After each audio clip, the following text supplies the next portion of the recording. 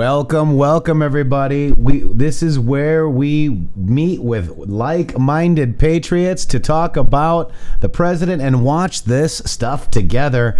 I can't wait to hang out with you for another night of Donald Trump. Remember, the fist pumps means that he's talking to you.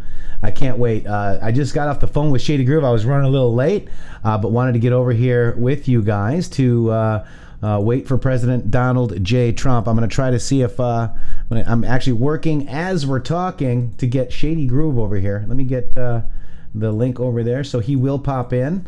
But I want to cover a couple things before we do that. Let me just go ahead and do that. So let's check out my computer screen over here. And we're looking at this Windows capture right here. And this is actually fake news platforms with 16 plus articles that are negative on Q, 8chan, 8kun. 95% negative content. Why are they so scared, folks? Why? You notice that Vox, Breitbart, BBC, all are holding at 17. So Breitbart, please hold to that number 17 and we'll forgive you. The Slate, 19. Rolling Stone, 21. CNN, 22. The Verge, 23. ABC News, 28. I believe that. I don't know what that is. That's 30. Huffington Post, I believe that is. BuzzFeed, 30. The UK Guardian, 31. Salon, who also loves pedophilia, 31. 32, Vice, Newsweek, 38. The Hill, 41. 47 on the New York Times. The Daily Beast. I'm actually one of those articles. I think Shady and I are maybe one or two of those articles.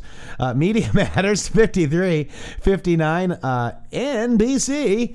And then you've got Right Wing Watch, 67. The Daily Dot. Mike Rothschild's. That number's got to be bigger than 69, folks. And also the Washington Post at 115. I mean, you just can't make this stuff up.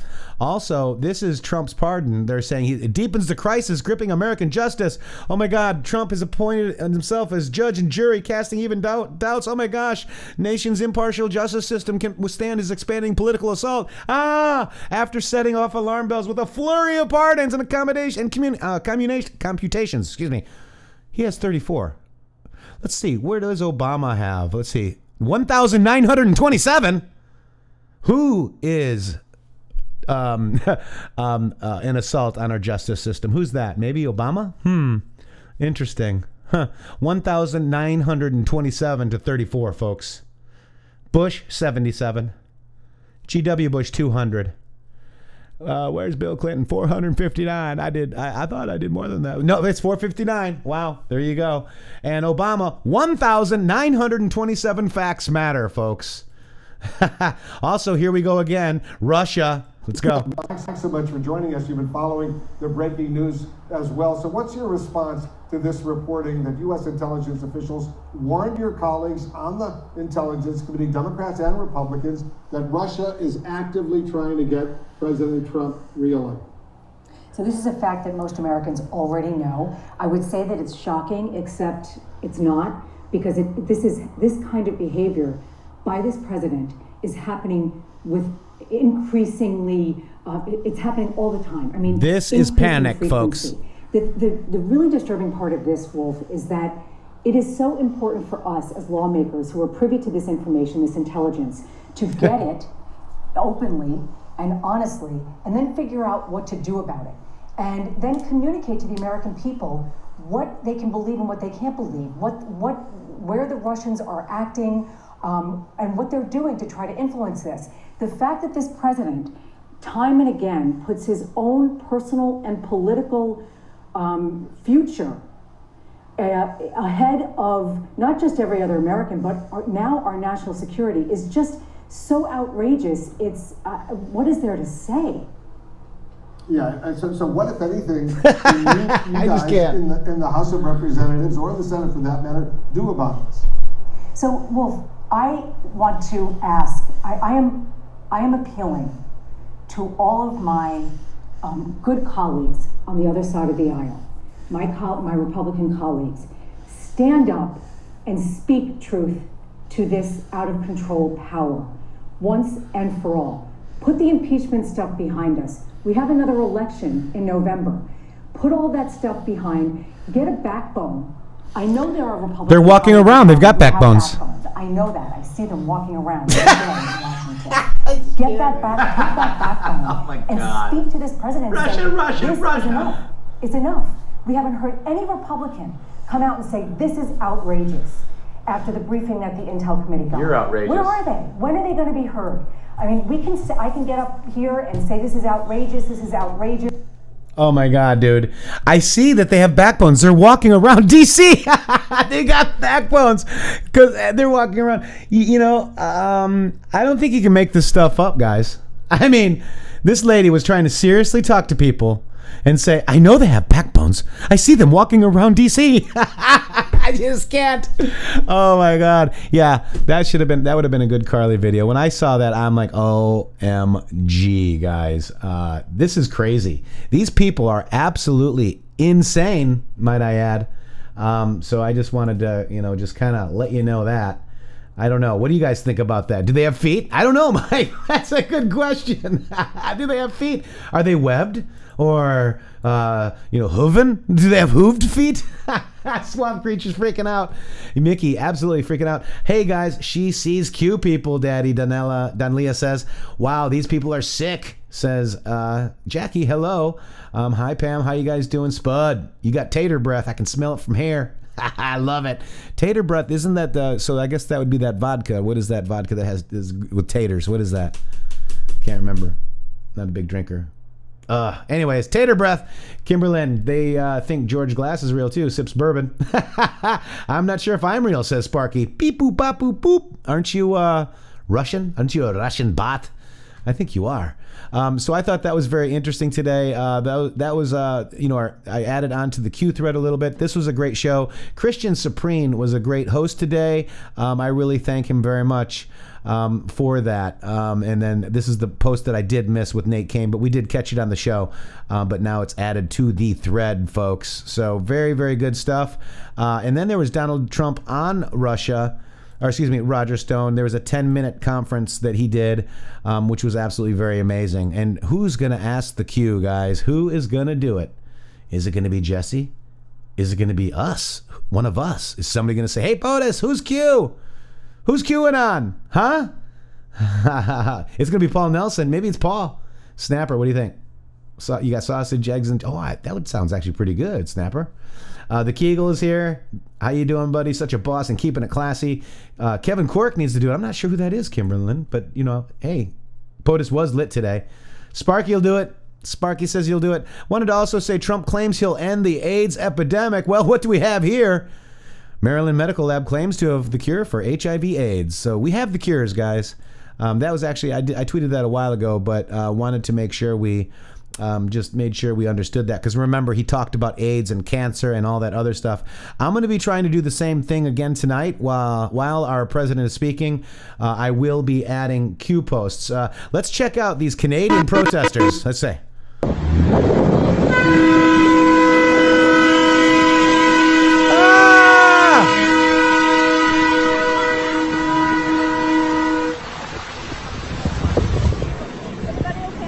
Her almost knocked her toque right off there, huh? Good job. You can't stop progress, guys. Capitalism will roll on, folks. And speaking of capitalism, thank you guys very much for your support. We couldn't spend all this time here with you without your donations and your purchasing of redpillliving.com. Stuff like that. We just can't do this without you. We've got Teespring, we've got redpillliving.com, we've got the YouTube membership here. You can hit join, or there's a link down there as well. You can do that. We got Patreon for $10.99. If you don't want to do the YouTube, you can do it through Patreon for $10. It's just $10. Same thing as YouTube. Go over there and you can join our Discord server where we have Queued Up giving and Poussant giving classes on gematria. Something that I'm actually kind of like, wow, this is interesting. Because we're just looking at that stuff now. So take off, protesters, eh? Says Time Foolery. I love it. Took, that's right, Sparky. I remember those guys, right? This is interesting. A Google Cloud manager is arrested after his wife, 41, is found dead. Huh. So Sapitri, Harvard-educated Sanam Saxena, 43, reported his wife, Samitri, is missing on Tuesday, claiming the 41-year-old mother had vanished. So that's kind of an interesting news. This is a shout out from our mean green meme machine to you guys. This is where the battle is done for most of us every day. I know that's what my battery looks like. It's almost empty. But this is a shout out to all of you beautiful digital soldiers worldwide. God bless you. Thank you very much. Fight, fight, fight, Q Army. God bless. Good luck in November. Michael, UK, thank you very much. I appreciate you. Also, there's the show. Just kind of going over some stuff. Oh, by the way, don't forget to spread this around. Florida Congress of FL22. She is going against Ted Deutsch, who voted for the BS impeachment and is in the Parkland district, who is backing Bloomberg. There are going to be a few candidates that are going to be, around, if you will, this nation that we as Americans need to all get behind. So we're going to be doing some more vetting. That's what our For Our Republic is going to be doing, folks. We are waiting right now for our president right here. We got our eyes on it, and we'll watch it together. This is great. This is the real Mini Mike. He admitted many times that he is a fan of Donald Trump. He's a New York icon. Thank you, Mike. Here we go. That you're a big fan of Donald Trump. Friend of Donald Trump's. He's a New York. You say that you're a big fan of Donald Trump. Friend of Donald Trump's. He's a New York. Pretty interesting, right? Interesting. Roger Stone lied for Congress. He is watching it closely. This was his comments today when he gave the hope for prisoners. That's amazing. I mean, a lot of these people are in jail and maybe they just need some hope, and maybe they need to get a job. Maybe they need to be schooled up a little bit. Maybe they need to, learn a trade. And that's what that's for, guys. This is interesting. We're all mad here. We're all Q. Right here had this great meme. This is Bernie Sanders as the socialist bum. Look at him there. That guy hasn't had a job in his life, and he's got 3 homes, drives an Audi R8 or RS8. I don't know how he does it, man. But he used to have a Bondo-covered VW Bug. That's what he still should be driving on his salary, guys. Unless, right, guys? Unless. How to spend your money without spending his money. That's socialism, folks. Welcome to socialism. There it is. Jackie Canella, thank you very much. Red Pill Living, there it is right there. Right here is the redpillliving.com/intheMatrixxx. Man, I'm actually having a cup of this cafefe here right now. I just got the house blend to see what it's like, and you know what? It's really good. So I'll be buying my cafefe, the Great Awakening coffee. They also got the K-Cups if you like those as well. And also, text Matrix in the cart, and you get it another 10% off. Do auto ship, you get even more off. So, if you're going to drink, 15 cups of coffee a month, maybe more, put it on auto ship. We would really appreciate it, and that would help us help you. Social isn't. That's right, Samuel. I like that. Also, the Carbon Shield C60 is going really well. We've got a lot of orders for the olive oil one, the 8-ounce. And we also have the Kila Cream selling out. I just kind of wanted to take a look at, what people are buying, and it's interesting. Carbon 60 and the Kila Cream. So that's the creams and topicals. Right here, this one is going like hotcakes apparently. This is the chelation therapy, and it also gives you smooth skin, so you can get rid of those things here. This is the time to stop. This is the Carbon Shield antioxidant facial cream, and this is actually pretty new. And the bentonite clay. We haven't gotten one order of these yet, but I'm told that this is actually selling like hotcakes on other times. This is called Time Stop. It's antioxidant facial cream. So check it out. It's organic. It's for you. I think I need to get it too for my... hopefully I can stop time on my face because I got a great face for radio. I love it. But look at that sale right now. It's actually very important. It's expensive, but you can put it day or night. It's Time Stop infuses your skin with revitalizing nutrients that hydrate without causing redness or irritation. So thank you, redpillliving.com/intheMatrixxx. Use that code Matrix, and yes, Sparky, you can eat it. That's awesome. And by the way, free shipping on 45 or more. So that's kind of what's going on. Let's see what else we got here. Let's go check out our president here right now to see what we got him tweeting. See if we've got him tweeting a little bit here. This is the pinned tweet, Tucker. Thank you, on my way. This is him. This is the line forming at Colorado Springs tonight. Let's check it out. Look at that.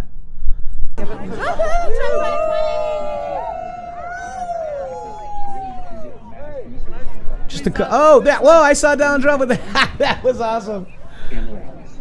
That almost looked like Saul meme did that. Look at that line, guys. Things like that. And what we do is we start to use the phone as the center point of communicating with our people. And I think that now for the ground game operation, I like to say it's bigger, better, and badder than ever. And what I said that is we had about 1,000 people on the ground, paid staff, 50% more than that. Wow. That is incredible. Woo.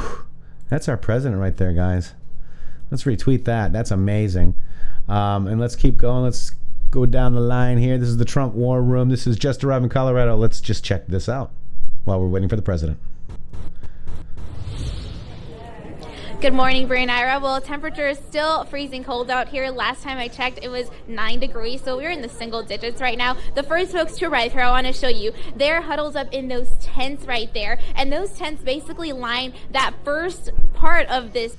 Well, sorry about that. At 6 a.m., folks have been starting to pile up here, fill up all the rest of these barricades and these lines. I want to show you just how people are trying to brave the cold out here. Are you guys staying warm? Trying to stay warm out there? All right, here's a really interesting contraption that caught my eye. So this is Casey and his son Roman. Good morning, guys. How are you guys doing?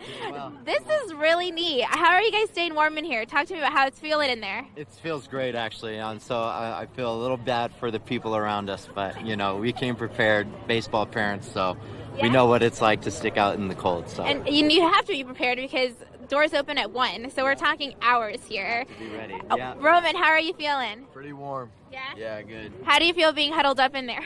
Pretty good. What are you looking forward to, both of you guys? Just, you know, the excitement of this whole thing and having the opportunity to see our president. You know, it's definitely doesn't happen often, so I just spend this time with my son and something that we can share for the rest of our lives is pretty amazing. So you got in as soon as gates opened at 6, or talk to me about the parking, because folks out there who are making their way out here right now, what do you want to say to them? Just be careful where you park. There's a lot of signs saying, you know, we will tow, so just pick your spot and just come prepared and stay warm. Yeah, for sure. Come prepared for that cold. All right. Thank you guys so much. I appreciate that. So, yeah, look at this. I mean, this is just one of the many ways people are staying warm. I've seen heaters, tents, just cold or hot drinks, folks doing whatever they can to just brave these temperatures while the doors open at 1 p.m. I should also mention there will also be protesters across the street along Venatucci that will be out here, and we'll continue to bring you live coverage. We'll give you another live look coming up at 6:50. Always watching out for you, Southern Colorado. Jessica Barretto, News 5. These are some brave people, but interesting to see. Do you think there's about as many protesters as there is at the Trump rally? Just asking for a friend. Shady looks like he's coming in just a minute. Here's President Trump today. This is him. It was his great honor. Let's listen to him today. But to the 29 graduates who are returning to your families, you have paid your debt to society and shown a commitment to change. You've overcome many challenges, broken free of addiction, learned new skills, and replaced old habits with fresh resolve. And John told us just outside a little while ago that it's an incredible class of talent. That word talent is very important. And now you have a chance to begin a new chapter that you are proud to call your own. And I have little doubt you're going to be very, very successful. Your future does not have to be defined by the mistakes of the past. Today we declare that you are made by God for a great and noble purpose, and you understand that. I mean, it's a great and noble purpose. And you're valued members of our American family, and we are determined to help you succeed, and we're going to work with you, and you're going to work with John and everybody else in this really incredible place that you've all put together, John. And you're going to be so successful. You're going to say, I'm going to be more successful than Trump. I'm going to be more. And I'll be happy if you do it. I'll tell you what. I'll be very happy about it. Love our president. You know, he wants you to be successful. He wants you to do what you want to do. And I think that's amazing. And we do live in one of those societies that is capitalistic, don't we? I think so. Not so sure. So I hope you guys, we're waiting on the president, and I can't wait. Let me just retweet this. Poussin just did a nice little, hey, come on and join us. How many people do we got in here right now? We've got about 330 people, 137 likes. I appreciate that. We are waiting for our President Donald J. Trump to take the stage.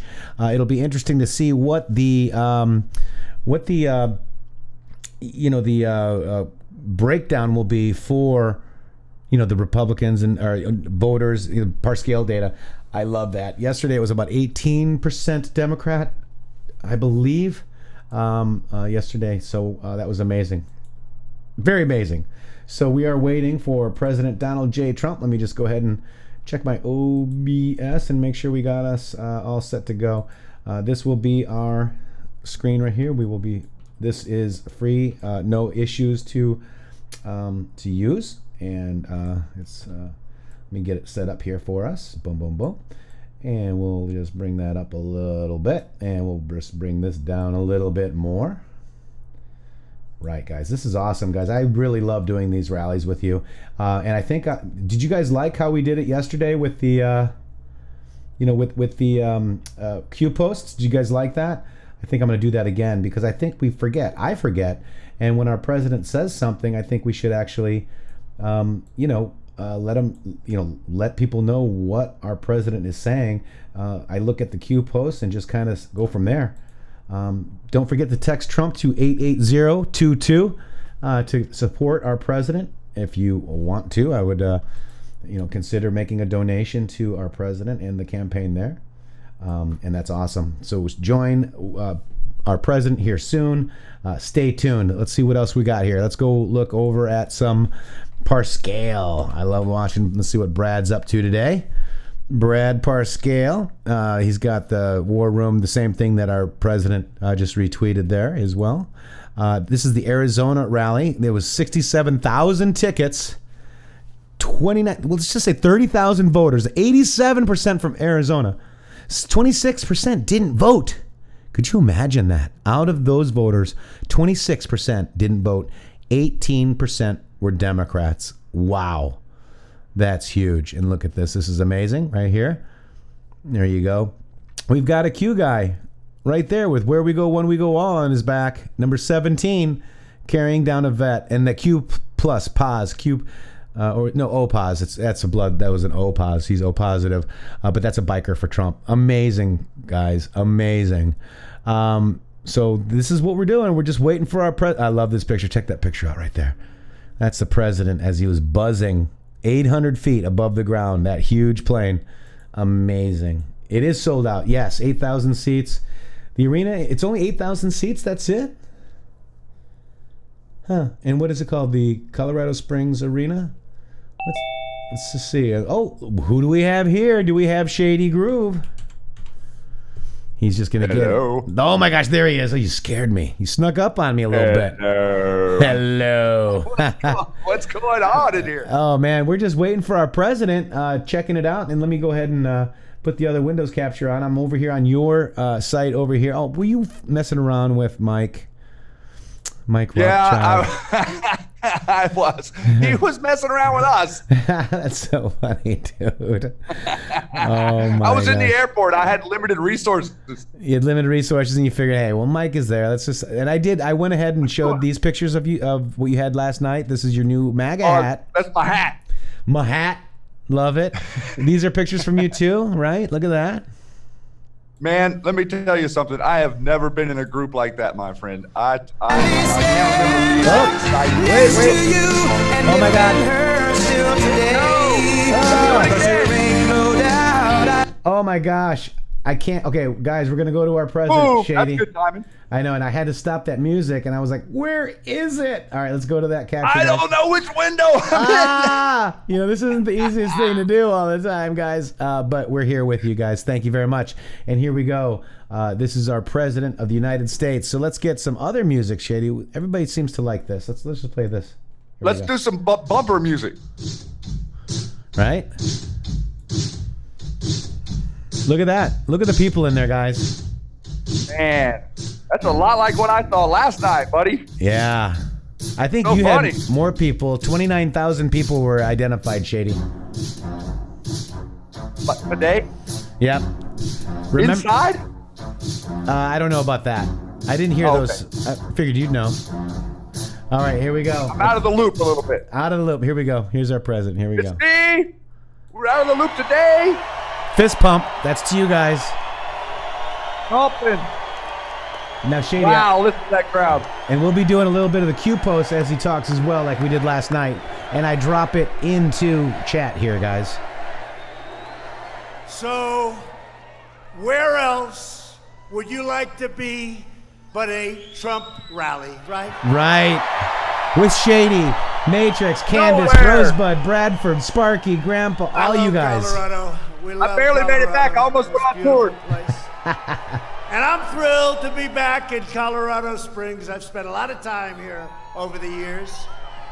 Beautiful place beneath the majestic peaks, that's true, of the Rocky Mountains with thousands of terrific, hardworking, great American patriots. Yes. With your help this November, we are going to defeat the radical Democrats. And we are going to win Colorado in a landslide.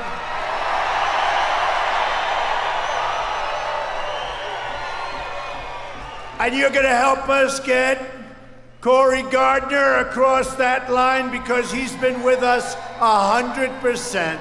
There was no waiver. He's been with us. There was no waiver with Cory. We appreciate it. Thank you, Cory. Thank you. This month, we mark a very special anniversary. 75 years ago this week, our brave United States Marines landed on the shores of Iwo Jima and began one of the bloodiest battles of the Second World War. It was a rough one. Tonight, it's our great privilege to be joined by three of the heroes of the Battle of Iwo Jima: James Blaine, Donald Whipple, and John Thurman.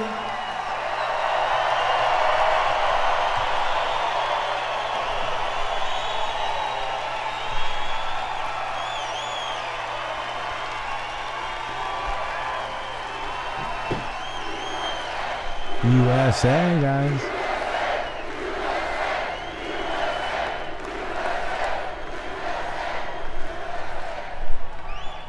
Great, great patriots, very brave people. And tonight, we also honor the life and extraordinary, really, of a very extraordinary American hero, one of the last known survivors of the attack on the USS Arizona at Pearl Harbor on December 7th, 1941. He was in the Oval Office just recently, a little while ago, about 1.5 years ago. And we just want to pay our respects, okay? You know who it is? Donald Stratton, well-known guy, just passed away. Sadly, he passed away just a few days ago. He was going to be here. Passed away a few days ago, but he was great. I have a beautiful picture of him right outside, and we're going to honor him and his family.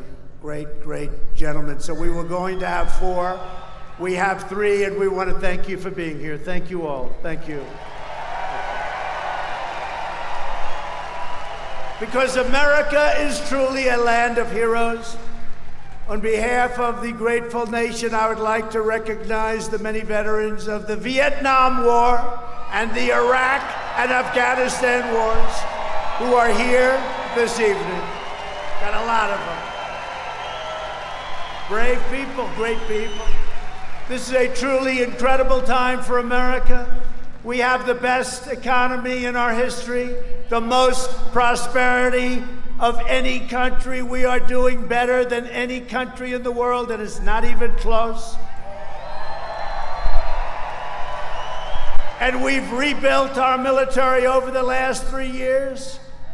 Don't tell anybody, but we spent $2.5 trillion, but when it comes to our military and our safety and our security, we don't worry about budgets, right? We don't worry about budgets.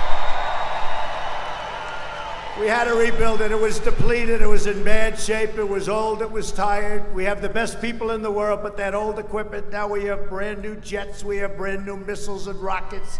We have everything. All made in the USA.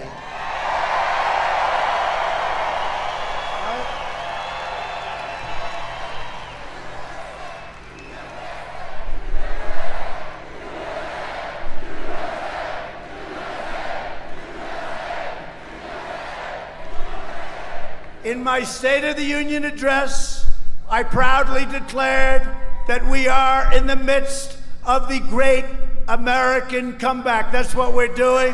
Our country is stronger today than ever before. After 3 years of ridiculous witch hunts and scams and partisan Democrat crusades, the radical left's attempt to poison our democracy and overturn the last election have totally failed. They have been a complete flop, and we today have the highest poll numbers we've ever had. Today just came out.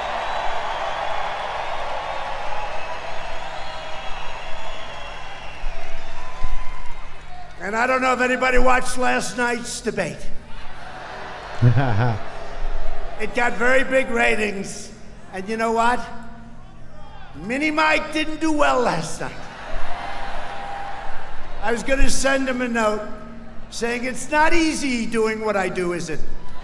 Not easy. It's not easy, Mike. Not easy for any of them. No, Mike didn't do too well. He went way down. It's all right. Mini Mike.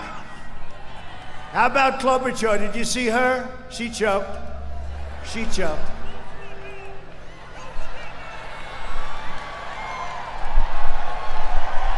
Wow. She choked. She couldn't breathe. Wow. Alfred E. Newman looked at her and said something slightly derogatory. And she said, are you accusing me of being dumb? Who would make a statement like that? Because that's really what he was doing, but he doesn't want to say that. No, how about that? Are you saying I'm dumb? That was the end of her campaign in my book, you know. You don't say that. Even if it's true, you don't say that. Right? You know, they had a crazy person on today on one of the Fox shows. I tell you, Fox doesn't treat us the way they used to. But we have the great Sean Hannity, we do. Now we have Laura and Tucker. And we have, in the morning, Fox and Friends, Steve and Ainsley. And Brian's gotten much better. He's moving up. And we have the great Lou Dobbs. Lou Dobbs says he's the greatest president ever. The great Lou Dobbs, he said, Lou Dobbs, a year and a half, 2 years ago, he said he's the greatest since Reagan. Then he said, about 6 months ago, he's better than Reagan. And then he said a few nights ago, he's the greatest we've ever had. I said, does that include Lincoln and George Washington? He said, that includes them all. That's Lou Dobbs. The great Lou Dobbs.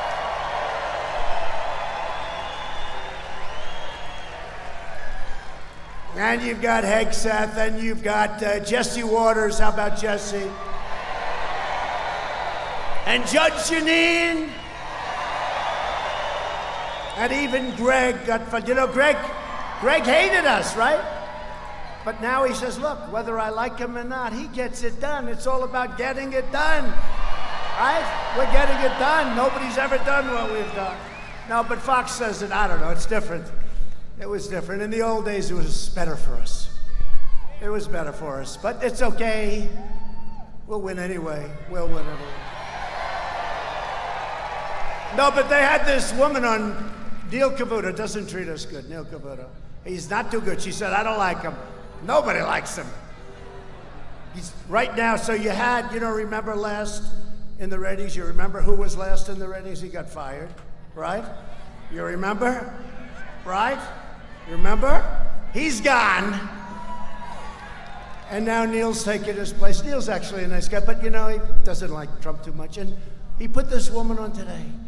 And she said, Donald Trump didn't do well in the debates, and he won because she was referring to Mike Bloomberg, sometimes referred to as Mini Mike.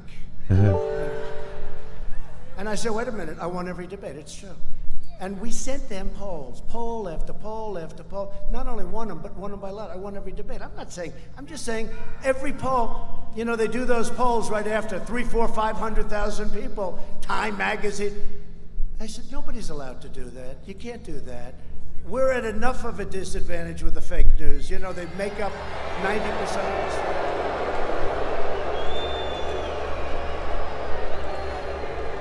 So where is Dan Scavino? Where's Scavino? Does anyone know who Dan Scavino is?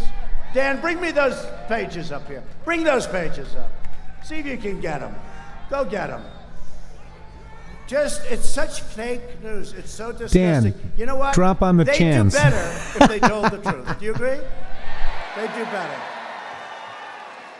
Oh, someday in 10, 14, 18, 22 years when I'm gone, when we leave office in 26 years or so, they're going to miss us. They're going to miss us. You know, I told the story that a month before I ran, 2016, I was thinking about it. I said to my wife, who's become a great first lady, people love her.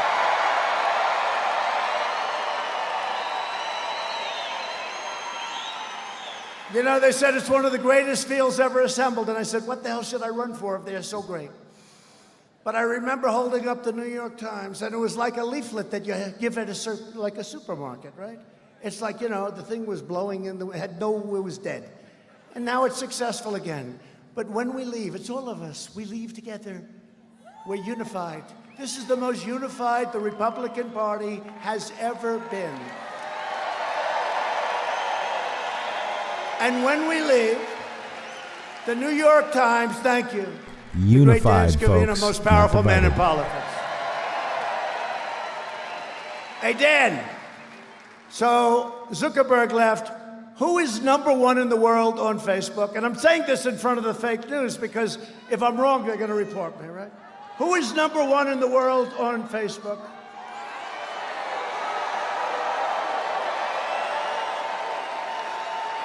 He walked in, but that's us. He walked in we had dinner recently, just because I want them to pay taxes. I want to find out what's going on. But he walked in, he's smart, and he said, I just want to congratulate you. Small dinner, a few people. He said, you're #1 in the world in Facebook. I said, that's nice. I said, who's #2? He said, Prime Minister Modi of India. I said, wait a minute. He's got 1.5 billion people, and we have 350. So he should be #1, but we're never going to give up that position of #1 in the world for our country, for Facebook, for Twitter, for anything, and they still haven't figured it out. They have not figured it out. But look at all that press. Look at all that press. By the way, how bad were the Academy Awards this year? Did you see it? And the winner is a movie from South Korea. What the hell was that all about? We got enough problems with South Korea with trade. On top of it, they give him the best movie of the year. Was it good? I don't know. You know, I'm looking for like, where let's get Gone with the Wind. Can we get like Gone with the Wind back, please? Sunset Boulevard. So many great movies. The winner is from South Korea. I thought it was best foreign film, right? Best foreign movie. No, it was did this ever happen before? And then you have Brad Pitt. I was never a big fan of his. He got up and said a little wise guy statement. Little wise guy. He's a little wise guy. Anyway, but we're doing well. But here, I'll just show this real quick, right? So this horrible journalist, she's a real, you know, she's a Trump hater. She gets, you know what she's worth? 0 ratings. Nobody watches her. But she said, she was trying, look, Bloomberg made a fool out of himself last night. He choked. He's another one who's going, oh, I can't breathe. I can't breathe. Don't ask me the question, please. I look at my wife, I said, let's send him a little note. It's not so easy up there to do what I did, right? Not so easy. But this woman who's a third rate, fourth rate, she's been with everybody. Every year she's like with a different group, but I won't use her name because we'll make her too famous. It actually plays to their advantage, but she's third rate. And she's on the lowest rated show on Fox, Neil Cavuto. So that's why. So she said, Donald Trump didn't get good ratings. He didn't do well in the polls. He said he didn't do well in the debates. She said that we were defeated in the debates. Well, I defeated crooked Hillary every time, and by a lot. So wait. So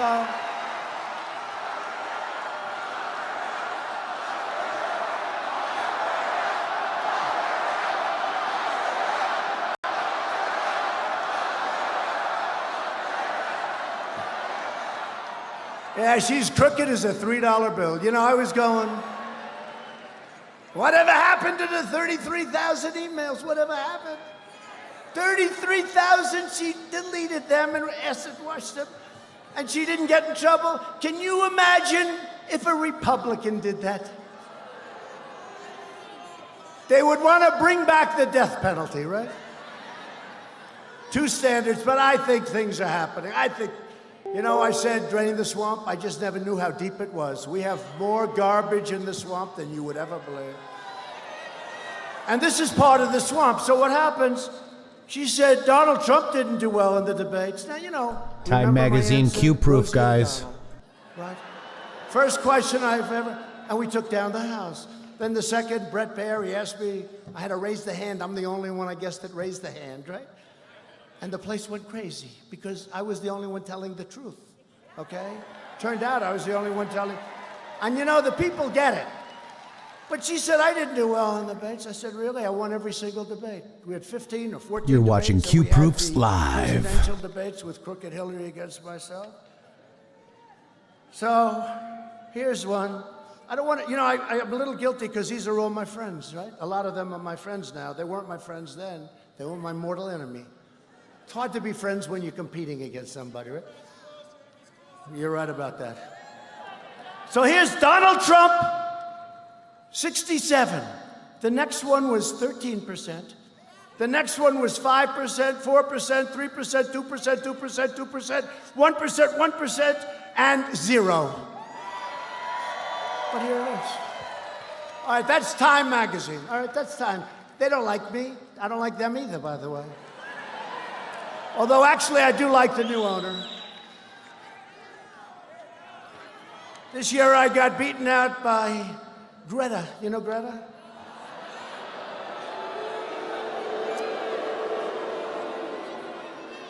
The last year, I got beaten out. I've won it, but when the world evolves around all of us, we should be chosen. There's nothing wrong with it, right? I mean, we've won it. But we should win it every single year, let's face it. And now they call it Person of the Year. They don't call it Man of the Year. And I know the... Uh-oh. Uh-oh. Come on. Person of the Year. They don't call it Man of the Year. And I know the...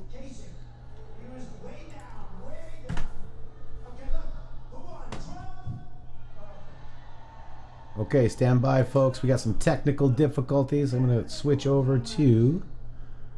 Let's see what we got here. Trump. Nope.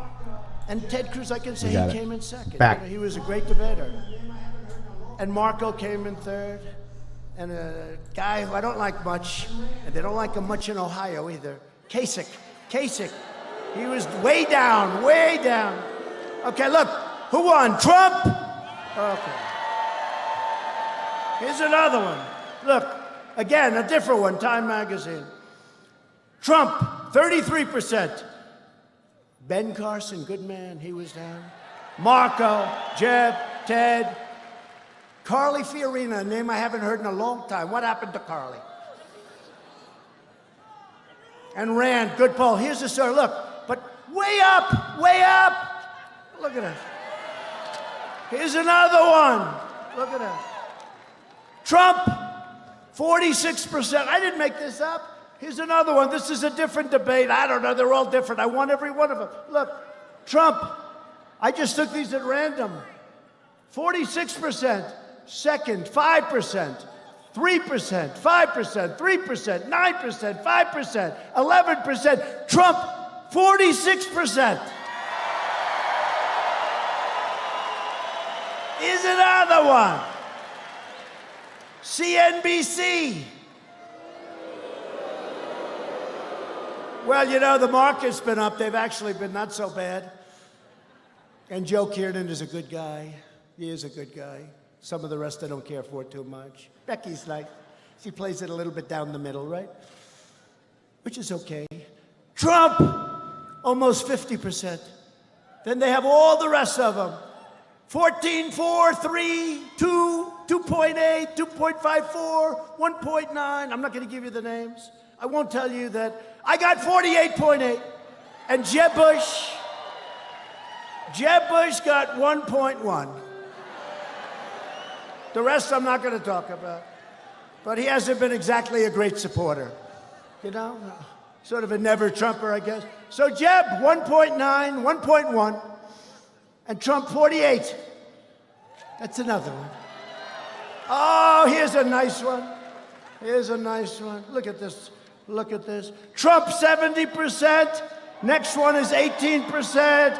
Next one is 7, 4, 3, 3, 3, 2, 1, 1, 1.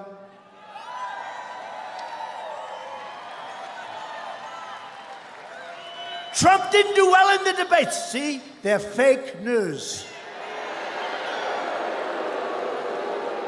Here's another one. Trump kicked ass.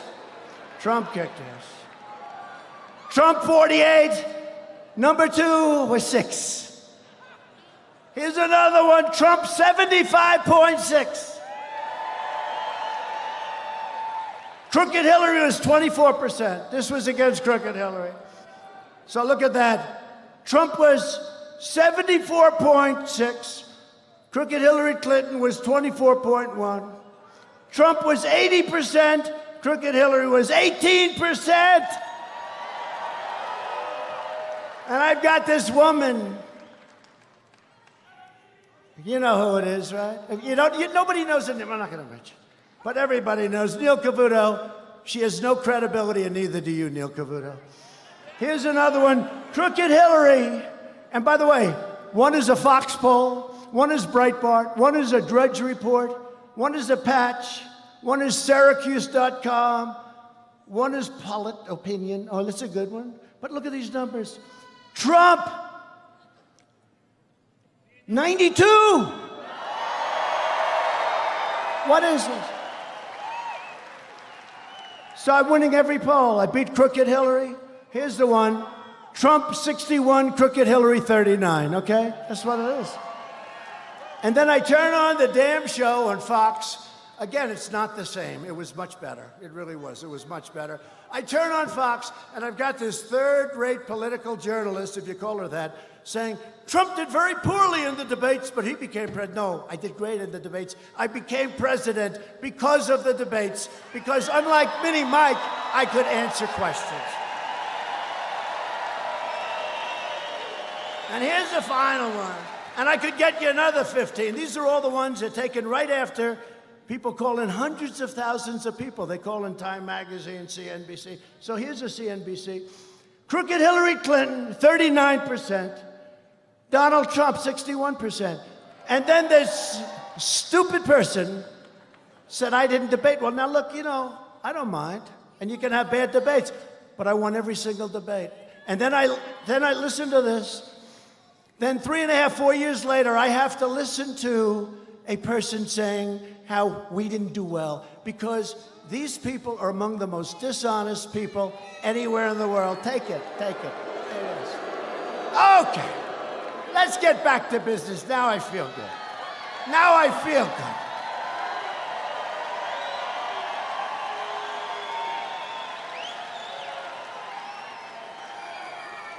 She's a third-rate journalist. Let's go. We're standing up in defense of our Constitution, our freedom, and democracy itself, right?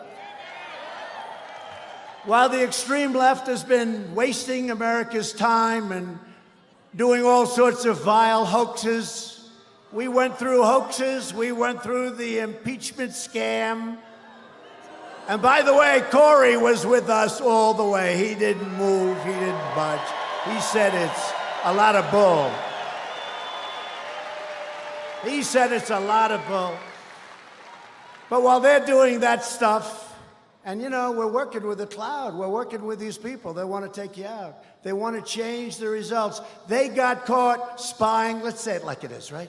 They got caught spying on our election fake news. Hey, fake news, take your cameras for a change and show them the room and show them behind you. Go ahead, show them the room.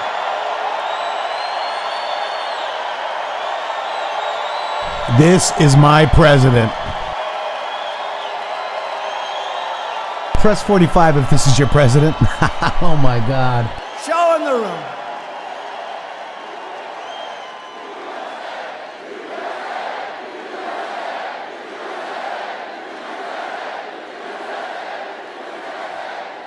You see, they never do it, including Fox, by the way. Fox is not that much better. We just got lucky because we have all their high-rated shows are the shows that like Trump. All their loser shows like Cavuto are the shows that don't like Trump. How is Shep Smith doing lately, by the way? How's Shep Smith? He had the lowest ratings, and now Cavuto took his place. So wow, Shady, you called it. But they never show the room. My wife, our great first lady, she goes, I say, hi, honey, did you watch the debate? Yeah. How did the room look? Was that, because last night, I think we turned away 21,000 people. We had an arena that it held like 12, but we fill up the basketball courts, right? Or the ice rink. We had to have 15, 16,000 people. It was like on fire. You all saw it. It was great.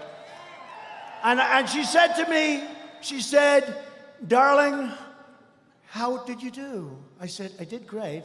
I said, did you see the arena? She said, no, they never show the arena. You know? You know that guy Dana White at UFC? Well, you know, I won't tell you about him yet, but he's a brilliant guy, right? I mean, he sold his crazy fighters, I mean, boom, boom, boom. $4 billion he got. With Fertitas, great people. Boom, but you know boom, what? boom. They're always showing, it's full, it's full. These fakers back there, they don't want people, but I'll tell you what my wife said. They don't show it, but you can't imitate 15,000 people when it comes to the noise. Look, they won't show it. They never show it. And we've never had an empty seat from the day I came down the escalator, not one. And what these guys do, if Mr. and Mrs. Jones, sitting right up there, beautiful couple, if she said, darling, I'm sorry, there's nothing I can do about it, darling, I have to go to the bathroom. He said, darling, I'll walk with you. The cameras glung onto those seats. They glung on. And they say there were 2 empty seats. Trump didn't fill up the arena. These are the worst people. But when I told them to spin around those cameras, they stayed that way. Now, if we had a protester somewhere in the arena, it could be up in that corner where it's loaded up with people. Those cameras, they look like a pretzel. They look like a pretzel. They want to find if there's trouble. Those same guys could cover anything. I used to think, well, it's the equipment. It's very rigid. They can't turn it. And then some idiot from up in the corner starts screaming stupid stuff. Of course, that's dangerous in this room, to be honest. We don't have it too much. They only pick on the guys that are all by themselves and aren't fighters. But if somebody up there does something, those cameras turn around, spin around like a pretzel. They bend, boom, they get... So that was the end of my theory that we have rigid equipment. No, and by the way, I told them, turn around. Not one of those cameras turned around to show the room. Because it's fake news. While the extreme left has been wasting America's time with vile hoaxes, we've been killing terrorists, creating jobs, raising wages, enacting fair trade deals, securing our border, and lifting up citizens of every race, color, religion, and creed, right? We added another 225,000 brand new beautiful jobs last month. Way, way, way above what our great geniuses back there thought it would be. 225,000. Think of it. We right now have more people working in our country than at any time in the history of our country. Almost 160 million people.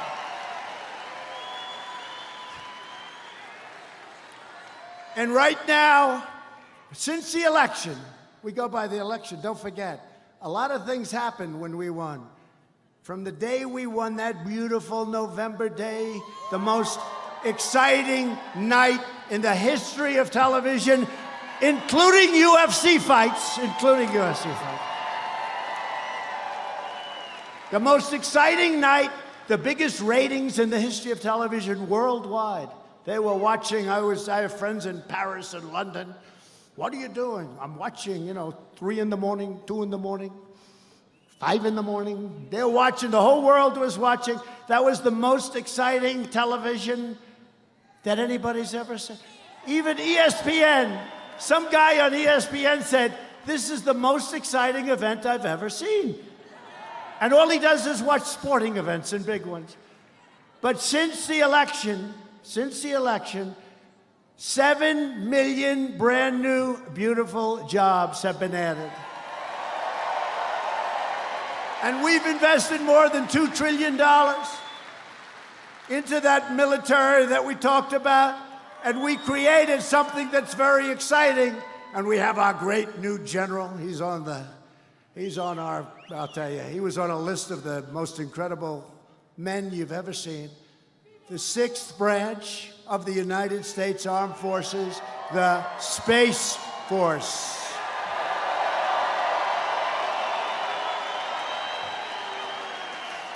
And I will be making a big decision for the Space Force as to where it's going to be located, and I know you want it.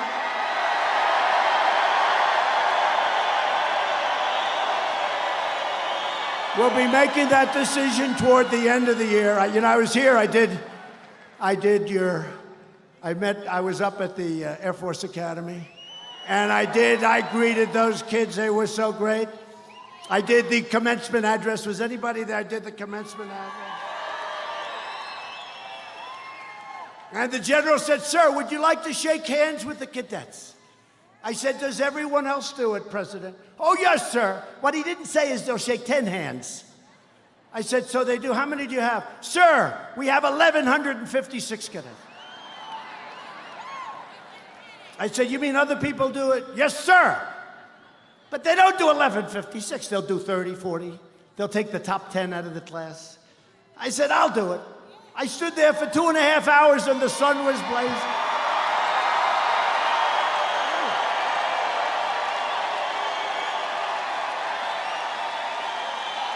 True.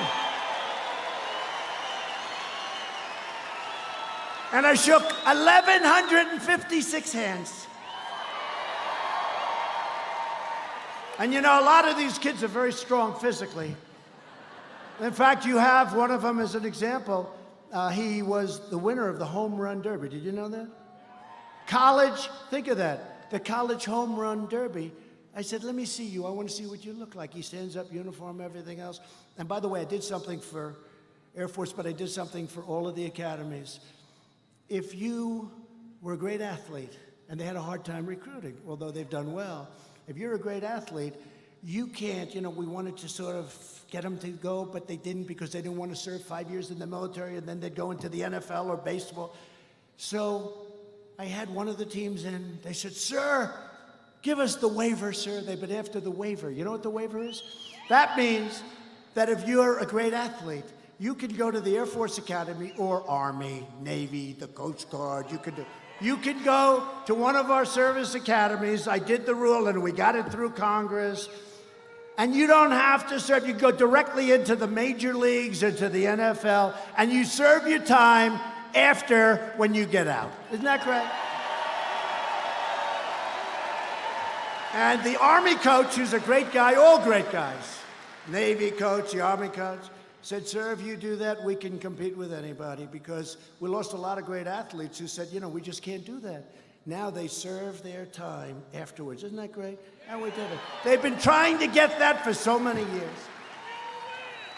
But I love that group of people. I saw this guy from the Home Run Derby, and I shook hands. Oh, I shook hands. And they come up, and they're strong people. And they're shaking, and they're a little excited. You know, they're a little nervous, maybe. They're meeting the president. They're a little nervous, and they're strong. They got big, strong hands, and they're saying, and I'm saying, you know, hello. Sir, thank you. Man. Say, shit. What are you doing? I'm captain of my wrestling team, sir. I admire you greatly, sir. Thank you, sir. Thank you. And I'm trying to act like it doesn't hurt. By the end of the day, I'm going, but we did it. And then I said, wait a minute. I said, General, no other president could do that. The presidents don't do that. He said, no, they do, sir, but they stop usually at around 50. Oh, that's great. But I love the Air Force Academy, and you have all of the infrastructure. So you're being very strongly considered for the Space Command. Very strong.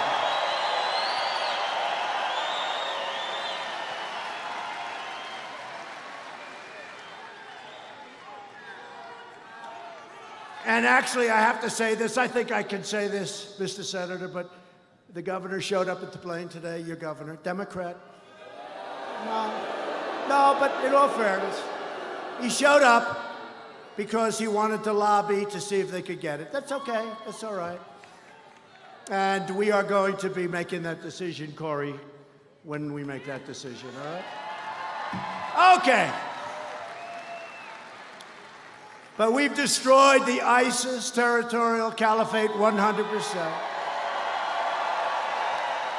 We killed the founder and leader of ISIS, al-Baghdadi. He's dead. He's dead.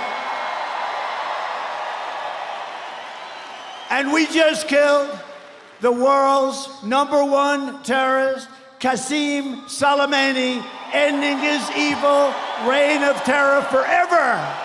Forever and ever.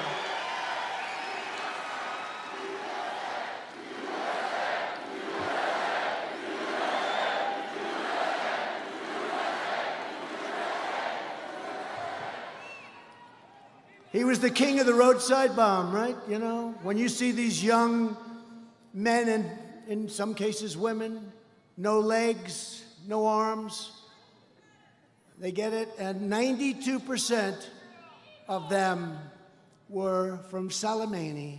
And then they started making them. They had great detection. We had these guys, great detection. Then all of a sudden, the detection wasn't working because they started making them out of plastic instead of metal. So they're blowing the guys up with the scopes. So they had the scopes on, and that happened recently because they started making it out of plastic. Real scum. But he's gone, he's evil, he's dead, and America is respected again like never before.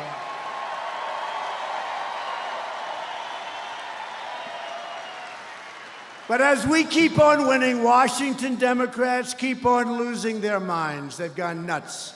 That's why millions of registered Democrats, voters, people that were with the Democrats for a long time, they're leaving their party to join our movement. They're joining our great Republican Party. We have more enthusiasm than any party's had in the last 50 years.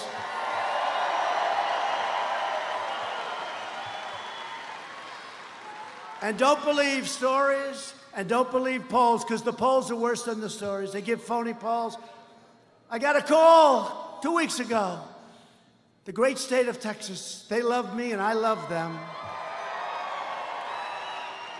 Remember Beto? Remember? I was born for this. I was born. I said, any guy that says that, they got problems. Well, he had problems. So he's from Texas. He had a little problem. He came out against oil and gas, the Bible, and guns. Abraham Lincoln couldn't win Texas if you're against.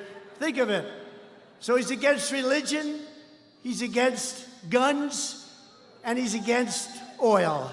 Somehow, that doesn't play. But they had, listen to this one, because this happened 4 years ago, you remember? Donald Trump is in trouble in Texas. I don't think so. I don't think so. And then they announced tonight, right? 8 o'clock. The polls have closed. And you know, they only announce if you're really going to win by a lot. Otherwise, it takes all night. The polls have closed in the great state of Texas. Donald Trump has won the great state of Texas. But they had Alfred E. Newman, Buttigieg. Little Buttigieg. I said, I've had you up to here. They had little Buttigieg leading Donald Trump in Texas, these people. But very close.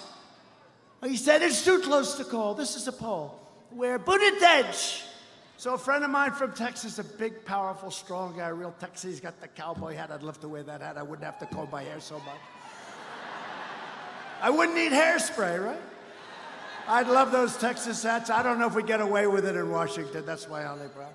But I love him. This guy wears that big hat, the biggest hat. He's a big guy. And he's interviewed by somebody. He said, listen, I don't know much about politics, but I can tell you one thing.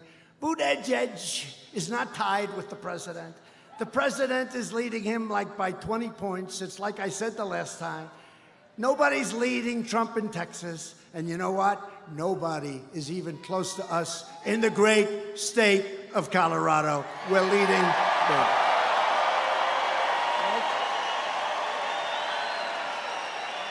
Nobody.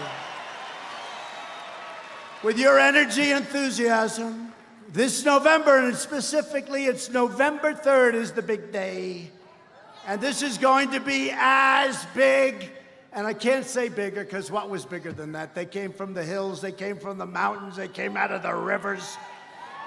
They came all over the place. Great people, they just never saw anybody they wanted to vote for. Women would come in. They hadn't voted in 20 years. Great women, beautiful women, strong women, smart women, wives. No, incredible. And they love our country, they work hard, and they pay their taxes, and they work, and they're, you know, we're the elite, just so you know. They're not the elite, we're the elite. And you know what? They'd show up. They got Trump bandanas along with our great Vice President, Mike Pence, Trump Pence. And they got the hats now, and they walk it. These are people that were never political people. They never wore a pin. Now they got 30 pins all over their chest. They've got the hats with the things and the Trump. And nobody's ever seen anything like it. It's a great revolution. And we're turning this country around. And I'm not saying anything can ever compete with 2016, but I think if we don't do it, a lot of what we've done, and we're going to go over the jobs and the regulation cuts and what we've done for the vets with choice and accountability. But you know what? They can undo it, but in 4 years, they can't undo it because that tree will be planted, it'll be solid, they're not going to be able to do it. So we got to win. And your Second Amendment is at stake, remember that. So this November, we're going to take back the House, we're going to hold the Senate, and we are going to keep the White House.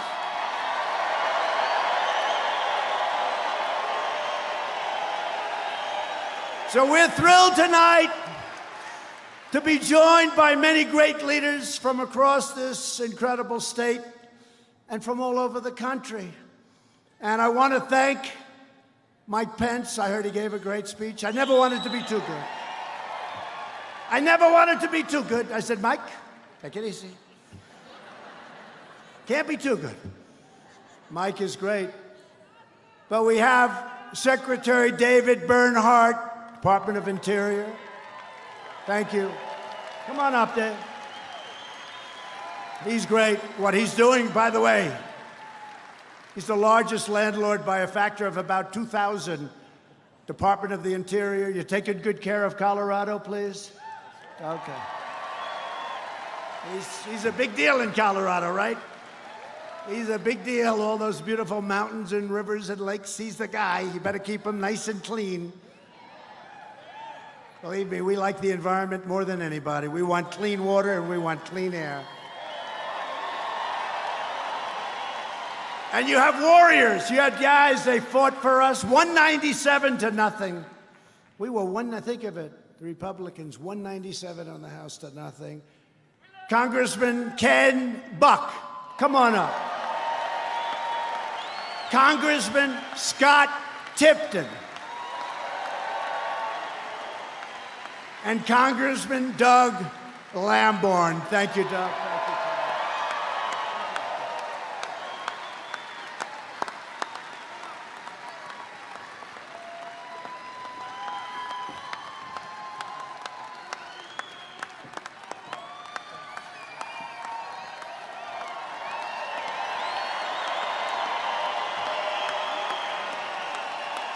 And we're also joined tonight by somebody that you really love. I mean, and I love him too, but there's a reason he's my son, Don Jr.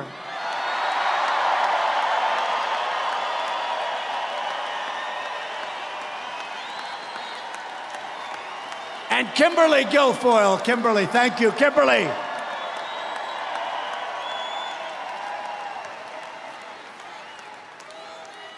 And a man, he happens to own the Chicago Cubs, but that's okay. He's done an incredible job, actually. He had a 5-year plan. On the 5th year, the stadium was fully rebuilt, and they won the World Series. That's not bad, right? He had a 5-year plan. RNC Finance Chairman Todd Ricketts. Come on up, Todd. Come on up. Come on up, Todd. And I mentioned him a little earlier, but you didn't know he was here. I just said, you know, he's a champion. He's a winner. He's been a friend of mine for a long time. He's a tough cookie. He's the kind of people that made our country great, truly. They made our country great. He started off with 2 people fighting each other. Then he got 4 people fighting each other. Then he got them fighting each other. Then he got 6 and 8 and 12. All of a sudden, people started watching and looking, and I was proud to hold his first event. That's why he loves me. They said it's too dangerous. Nobody would take it. I'm the only one that said, take it. We'll take it. And it was unbelievable. I went and I said, this is great. Let's do it again. And he has been my friend for a long time.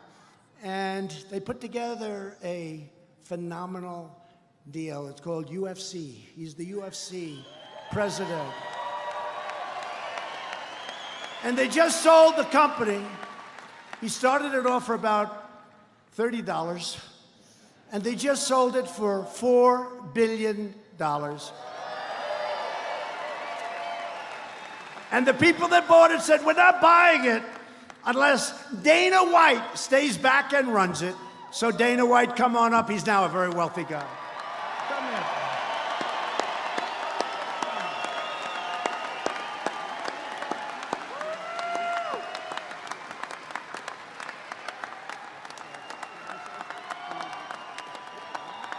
Come on. You want to hear from him? Yes.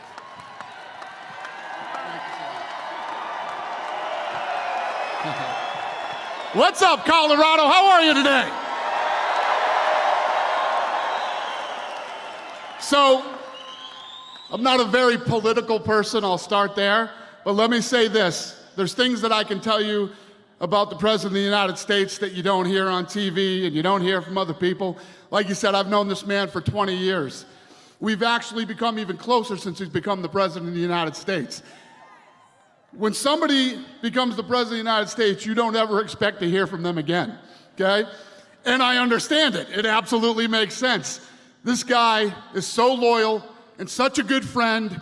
Every time I see him, I saw him today. When I met him on Air Force One, the first thing he said to me is, how is your family? How is your family? Good man, very loyal, and a very good friend.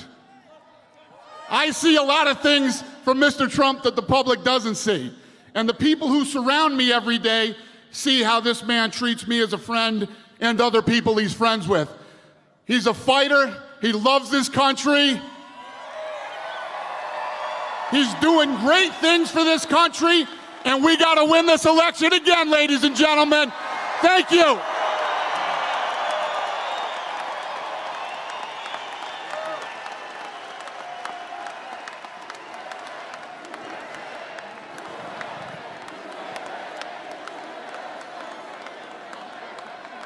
That was beautiful. Because, you know, we get tired of hearing from these politicians all the time. Right, politicians, right? What a job he does, and we thank you very much, Dan, and you are my great friend, and thank you. So, I want to bring up a man who's going to win the election with us.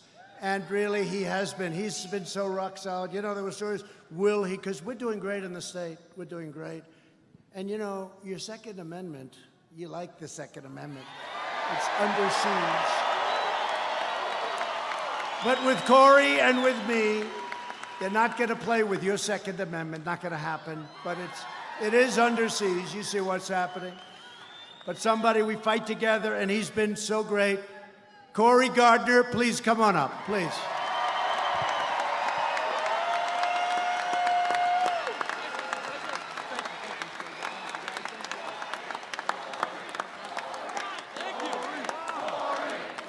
Good evening, Colorado. How's everybody doing? Now I want you to give a great big Pikes Peak welcome to the President of the United States.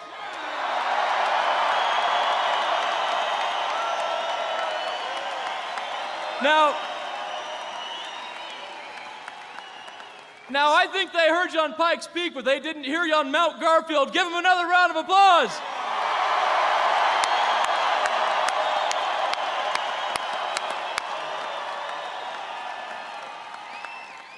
Colorado, we are going to win. We are going to win because we believe in Colorado. We are going to win because we believe in America. We are going to win because we will fight against the socialist tides across this country. The Democrats are trying, but they're not going to win. Look, there was a dangerous thing that happened in 2016. It was the normalization of socialism by Bernie Sanders. The most dangerous thing was the normalization of socialism by Bernie Sanders, because what happened? Candidates started running as socialists. They embraced the platform. And today, there aren't shades of socialism. They are running to the left on a socialist platform. They want to take our guns, they want to take our health care. That's their platform. What they say they will do. Colorado, are we going to let it happen? We will not. Mr. President, you've done so much good for Colorado. As a result of your work, the Bureau of Land Management is now headquartered in the great state of Colorado. United States Space Command and Space Force are operating out of Colorado Springs. And just a few miles to the south, please understand how big this is. In 1962, President John F. Kennedy went to Pueblo, Colorado, and he talked about building a pipeline in Pueblo, Colorado. Was it built? We got the money 2 weeks ago to begin construction, thanks to President Donald Trump.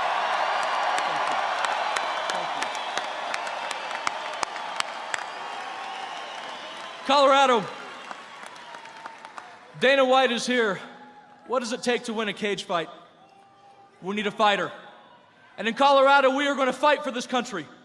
We're going to fight for the White House. We're going to fight to maintain a Senate majority because we need to continue the great work of freedom in this country. Colorado, make us proud, stand strong, and together we will win. Thank you.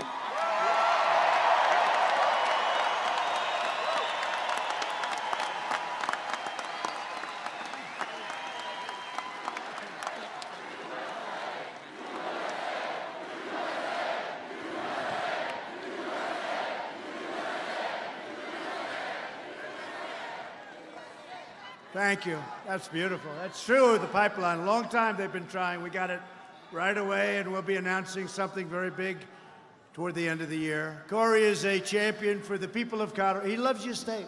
Look, he loves your state. He was here. He does the tractor thing. He loves tractors. He sells a certain type. And don't worry, if there's any noise, just let him. They won't hear us. And he's got my complete and total support and endorsement. He will never let you down.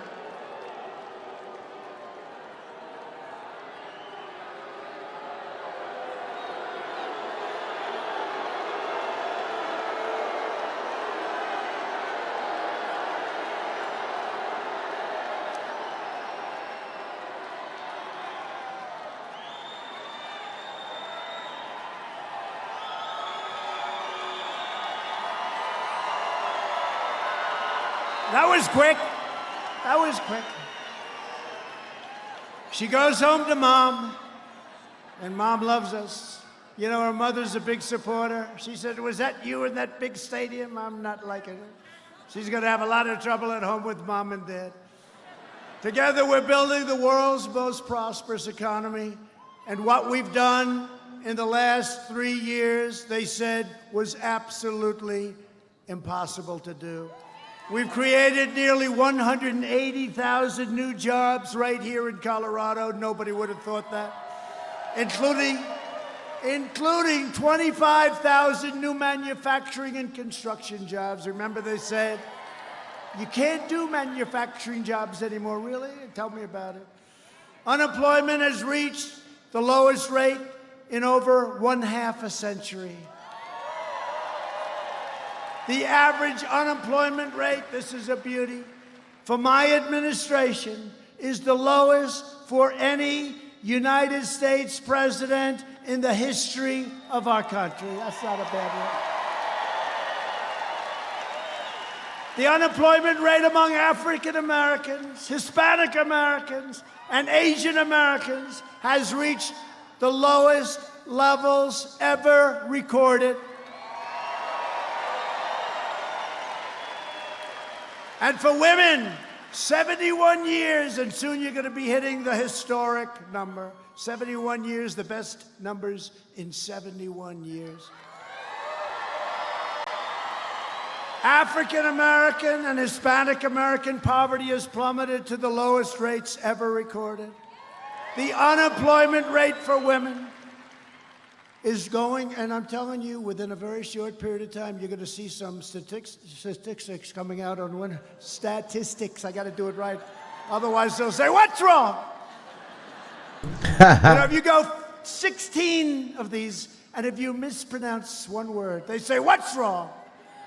Statistics for women that are going to be unbelievable. They're going to be unbelievable. The best ever. The veterans' unemployment rate dropped to a record low. Workers without a high school diploma have achieved the lowest unemployment rate ever recorded in U.S. history. 500,000 more Hispanic Americans now own a home.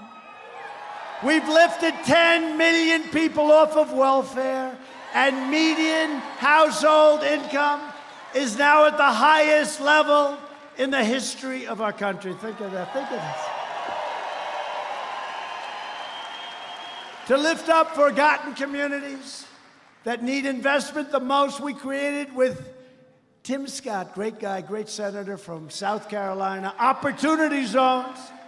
Jobs and investment are now pouring into over 125 newly designated opportunity zones right here in Colorado. You know about that, right? It's been amazing. Opportunity zones are amazing what's happened.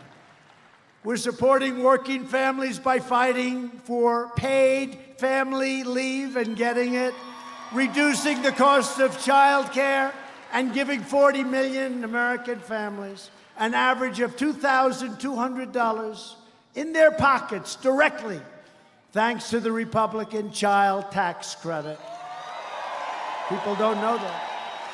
Our historic regulatory reduction campaign is ending the tyranny of Washington bureaucrats. We repealed the ridiculous Waters of the United States rule, which was basically taking away your property. And we are taking the Bureau of Land Management out of Washington, D.C. We've just done it. And thank you very much, Secretary Bernhardt, just up here. Nice, slim, beautiful-looking man. He looks beautiful. When you work with him, he's beautiful because he gets it done. And you're moving it, and its headquarters to Grand Junction, Colorado, because we believe that the people who manage the lands of the great American West should live right here in the great American West, right?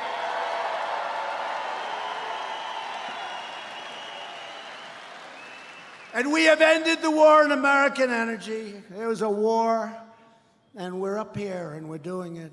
We are right now energy independent. Can you believe it?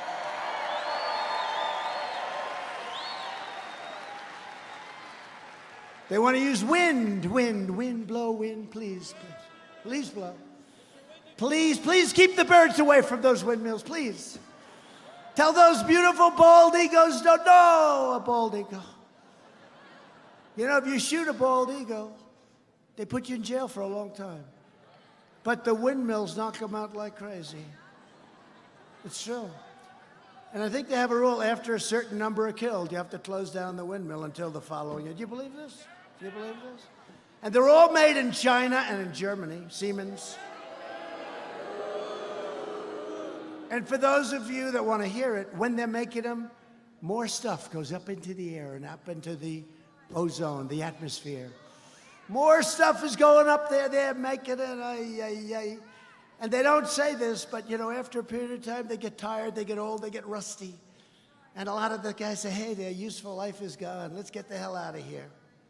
And they're all over the place. You look at Palm Springs, California, take a look.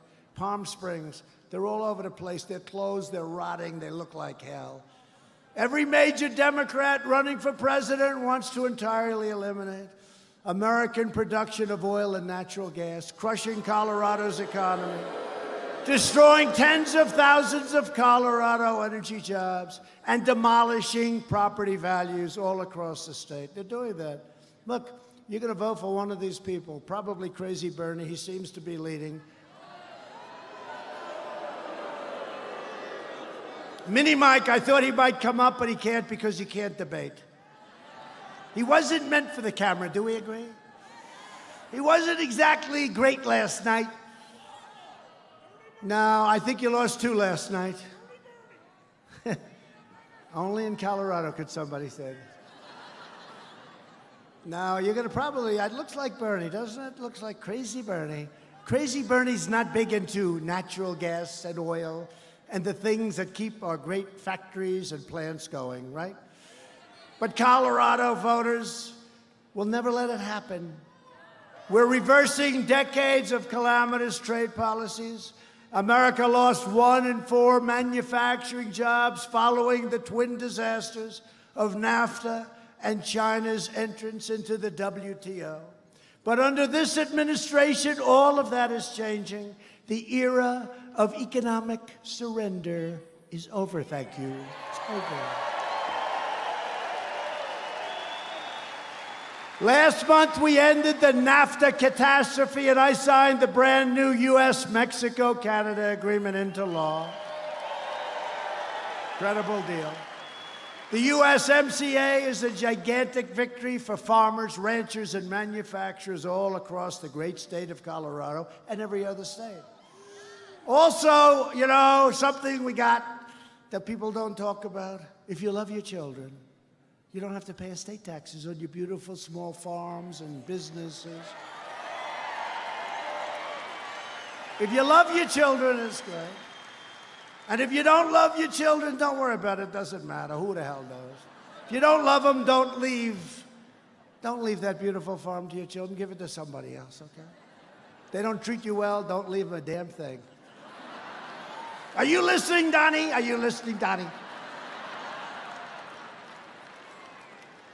I also took, no, it is true, that's a big deal. You know, farmers were leaving their ranch and their farms and their People were leaving their small businesses to their family, and they were being assessed and valued much higher in many cases than it was worth. You couldn't do it.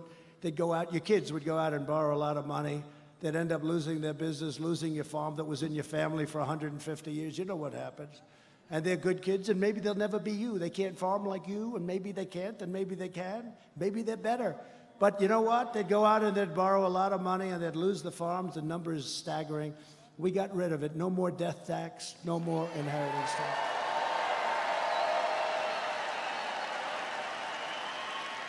And I also took the strongest ever action to confront China's massive theft of American jobs. What they've done to us over the years, we were losing 200 billion, 300, 400, 500, not million, billion, not million. You know, 500 million would be a lot, right? We're talking about 500 billion. They were taking it. Our strategy worked. We put tariffs up 25% on the first 250 billion. Billions of dollars poured into the United States. They devalued their currency and they pumped money in. We didn't pay for it, despite the fact that these guys, they like to say they did. We didn't pay for it. And I'll tell you what, China came to the table and we made a deal that's great for us, and hopefully it's great for them. And last month, as you know, we signed a groundbreaking trade agreement with China that will defend our workers, protect our intellectual property, and boost American exports. $250 billion worth of purchases, $50 billion worth of farm agricultural purchases, $50 billion. You know, the most they ever purchased was $16 billion, right? You know that story. I've told it a couple of times. $16 billion was the most ever. You know, Secretary Sonny Perdue, Agriculture, has done a great job. I said, who's the most? What's the biggest year? $16 billion, sir. And I said, all right, make it 20. So they agreed on 20, so now we're getting ready to close the deal. Biggest trade deal ever made. There's never been biggest deal ever made. We're getting ready to close the deal between that and USMCA, right? We're getting ready to close it. I go over, I say, what do you have down for the farmers? They've been great. Although I have been helping you, I gave you a lot of money. I gave you a lot of money. $16 billion one year, $12 billion from the year before. I took it out of the tariff, so we had a lot left over. But think of it. But I said, so tell me, fellas, let me ask you, what do we have? What's the number? 20 billion, sir. They're going to purchase 20 billion worth of farm products. I said, make it 50. Tell them to make it 50. So we went to China, and they were great. You know, they got 1.5 billion people, right? Got a lot of feeding to do. And I said, do me a favor. Instead of 20 billion purchased from our farmers, would you make it 50? No, no, no, no, no. And they agreed to do it. They agreed to do it. I don't think you're going to be able to make it. You better be able to make it. I don't want the farmers coming to me, sir, I'm sorry. We can't produce that much, sir. I said, our farmers will find a way.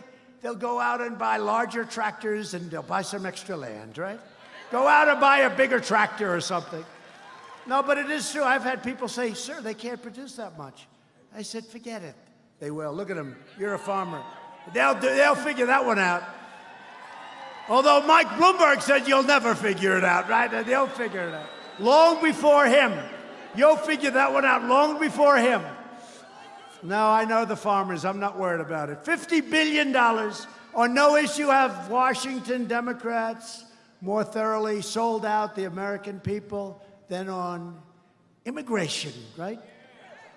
Every day, Democrats' open border policies are harming and killing innocent lives. In this region alone last year, ICE officers arrested over 2,000. And by the way, our ICE officers, these guys are tough and they're brave. Over 2,000 criminal aliens. That's MS-13 gangs, thousands, and they bring them back to where they came from. And by the way, now their countries take them back. They weren't taking them back. Safe third agreements, right? They take them back. Charged or convicted of dangerous offenses, including robbery, rape, and murder. We bring them back, and in some cases, we don't even want to bring them back. We have to put them, I don't want to house them for the next 50 years. But you know what? We don't want to take chances either. But we'll bring them back to Guatemala, Honduras, El Salvador, Mexico. We bring them back. They didn't used to take them. They said, we don't want them back. Oh, okay, we'll keep them ourselves. We don't do that anymore. In Denver, an illegal alien was recently charged with brutally stabbing a judge multiple times, attempting to murder him in his own home. The alien had been arrested 36 times over the past 20 years. Other than that, he was a very fine fellow. For crimes including assault and child abuse, yet somehow they kept letting him go, and he was still in our country. In communities across the nation, radical, and we're watching them very closely, left-wing politicians are imposing deadly sanctuary cities and sanctuary states, and policies that compel local law enforcement to release these illegal aliens straight into your beautiful communities. Last year, Colorado Democrats enacted a law declaring this entire state to be a sanctuary for dangerous criminal aliens. As a result of state and local sanctuary policies, officials in Boulder defied federal law enforcement and released a previously deported child molester into the community. In Denver, officials released a criminal alien arrested on felony drug charges, and now he is a very dangerous man. We just caught him for attempted murder. And right here in Colorado Springs, El Paso County, officials defied the request of federal law enforcement and released a criminal alien arrested for robbery, assault, and kidnapping. They released him straight into your community. These are the Democrats. These are your Democrats.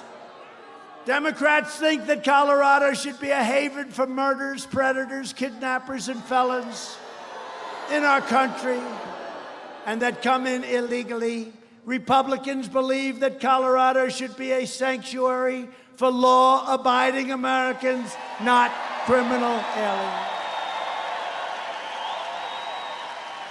If you want to shut down sanctuary cities and stop sanctuary states, if you want to protect your family and your loved ones, you must vote for Corey, vote for Trump, vote for the Republican Party. We're getting it done.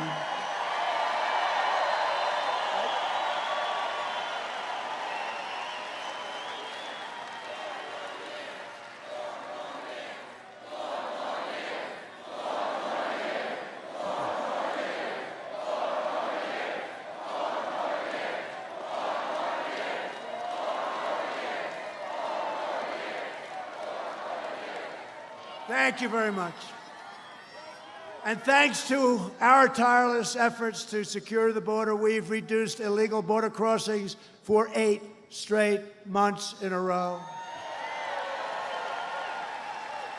Illegal crossings are down 75% since last spring, and we have ended the horrible practice of catch and release.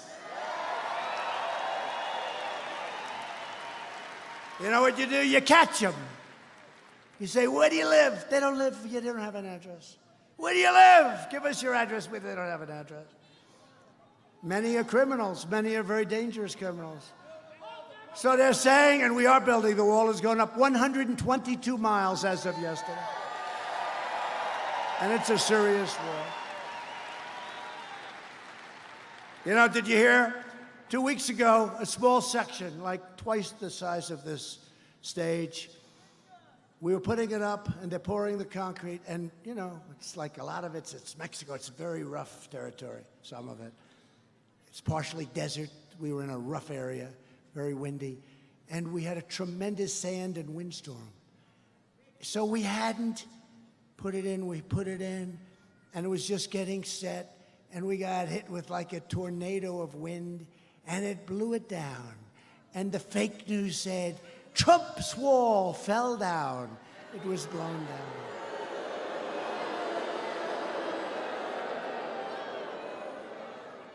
But see, at least we have a voice where we can explain. It's true. And we lifted it up and we held it up, and when the storm went by, we had it set, and it set beautifully, and the following day, that sucker is going to be up for many, many years. Can you imagine? I said, what happened in a certain area? And we're doing a great job, by the way, in New Mexico. New Mexico is going to be a great, great state for the Republican Party. And Arizona, what we're doing on the border in Arizona. They want us to do it badly. But can you imagine that? The thing falls over because the concrete was just poured, it's soaking wet, and it falls over, and they make it sound like the wall fell down. These are very, very dishonest people, but you know that. Border Patrol has seized the largest amount of deadly narcotics over the last year ever recorded. It's horrible what's happening. The largest amount ever recorded. We've deported record numbers of gang members, especially the MS-13 gang members, but there are others that are just as bad.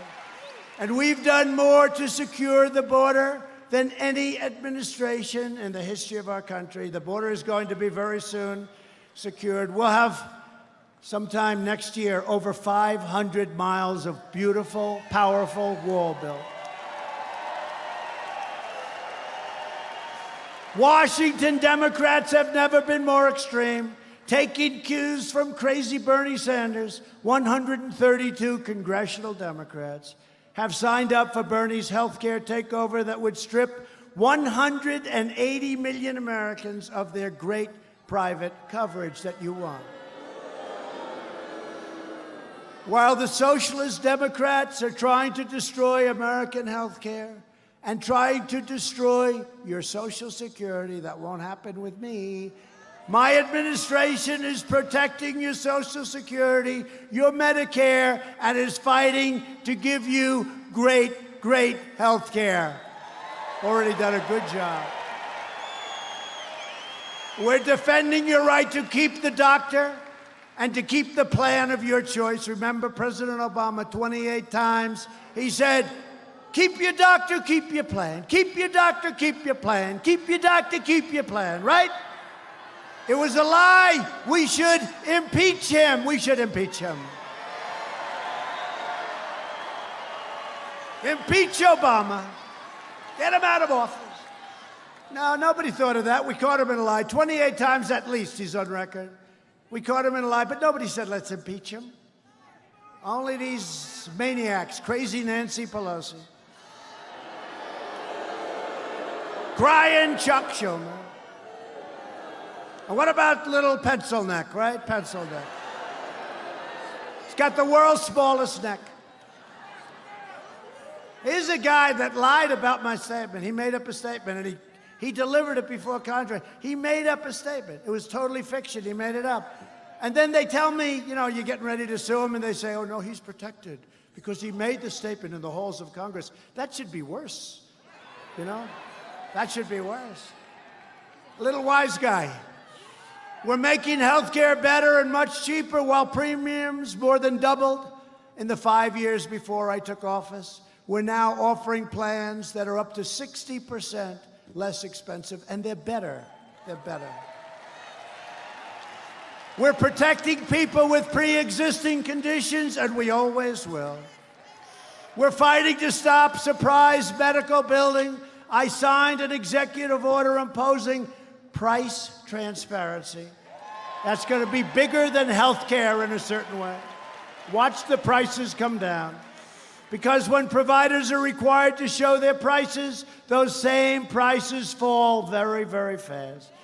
We have approved a record number of affordable new generic drugs, which are just as good as the name brand drugs, but at a tiny fraction of the cost. We have totally transformed veterans' health care, including getting the long-sought VA choice and VA accountability. So now if our veterans have to wait online, they go out to a doctor, a local doctor, we pay the bill, and they're all set. They don't have to wait for 6 weeks. Right? He's agreeing, right? Good, right? You don't see those stories. You know, you used to see all these horrible vet stories, right? Veterans, the veterans on television. And you don't see it because Veterans Choice, it's amazing. You go out, our great veterans, here's a man right here. You're saying yes, right? Purple Heart. Thank you. Thank you. That's great. But it's a lot different under Trump, isn't it, huh? A lot different under Trump. And now you go out to a private doctor. But, you know, we also got accountability. They've been trying to get these things done for 45, 46, 48 years. Couldn't get them done. I'm good at getting things approved, I have to say. But we also got accountability where we can fire people that aren't taking care of our vets. If somebody isn't doing a good job, you couldn't fire them. Now you look at them and you say, get the hell out of here, you're fired.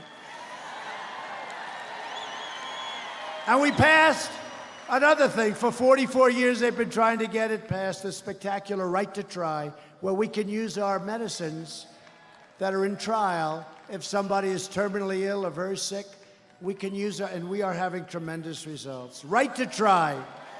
I hope that nobody in this room needs it.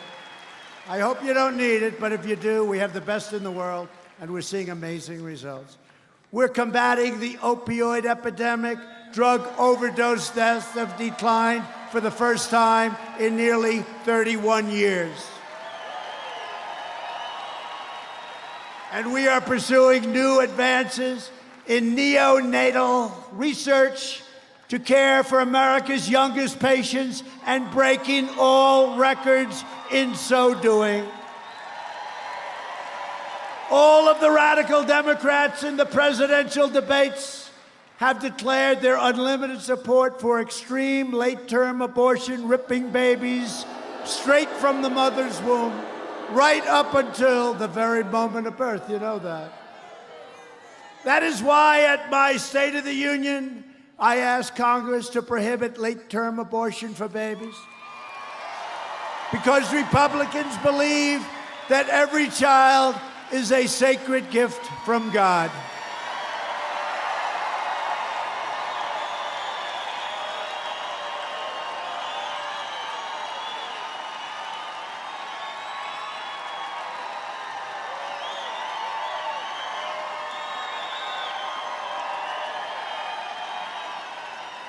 The Democrat Party is the party of high taxes, high crime, open borders, late-term abortion, socialism, blatant corruption, and the total obliteration of your Second Amendment. That's what it is. The Republican Party is the party of the American worker, the American family, the American dream, and the late, great Abraham Lincoln. People forget that. People forget Honest Abe. He's the most presidential guy, right? I've always said I can be more presidential than anybody, but I'm not sure I can beat Honest Abe when he wears the hat. That hat is too much. It's so easy to be presidential, so easy. It's so much easier than doing what I have to do. But you know what I'd have? I'd have about 3 people in the front row. How about Sleepy Joe? How about his performance? What? It's great to be. It's great to be with the great people of Ohio. Joe, you're in Iowa. You're in Iowa. Oh, he did it 5 times. So far, I've never done it, thank you. I've never done it. If I do it, that's a bad sign. No, he does it all the time, right? He was in New Hampshire, and he said he was in Vermont.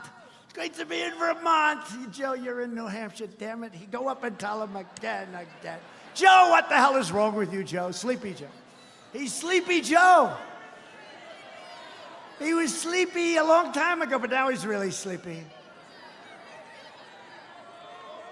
But it's easy to be presidential, right? You know that. The easiest thing you can do is presidential. Never open your jacket, never. It's got to be buttoned up.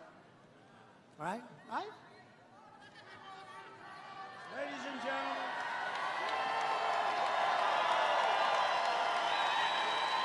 Ladies and gentlemen, the President of the United States. Thank you. Thank you very much. It's so great to be with the people of Colorado.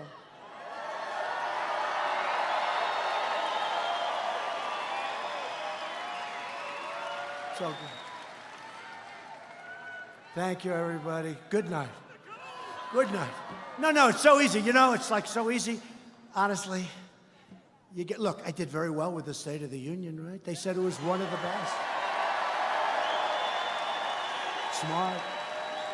Smart. Smart, you know, smart guy. We do good. We're representing you. I better do good.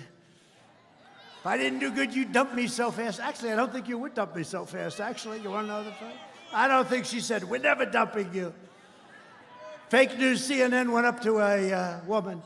What does it take for you to leave the president? I'm not leaving him. There were 10 women. The one woman, beautiful, they're like incredible women. And they had their bandanas, they had hats. And stupid CNN, they go up, what does it take for you? And then he goes, look, he said one time that his people are so good, they'd stay with him if he shot somebody in the middle of Fifth Avenue. Do you remember? Right? Would you stay if he shot somebody? This is actually an answer, something to the effect. Would you stay if he shot somebody in the middle of Fifth Avenue? And the woman looks, well, it depends why he shot him. I thought that was, makes sense. Right? Depends why he shot him. But then they said, we're not leaving him. We're never leaving him. We're in this thing together, folks. We got the swamp. We got that dirty, rotten swamp. We got crooked politicians. We got a lot of bad people, but we're getting them out one by one. We better be. Like little Adam Schiff. That little Adam Schiff. What a crooked politician. He's a corrupt politician. Talking about guys, he'll lie and then the next day get caught. He'll be sorry that he got caught. The next day he'll walk up to the mic and say exactly the same thing. He's got no shame. He's got no shame. Yeah, he's a liar.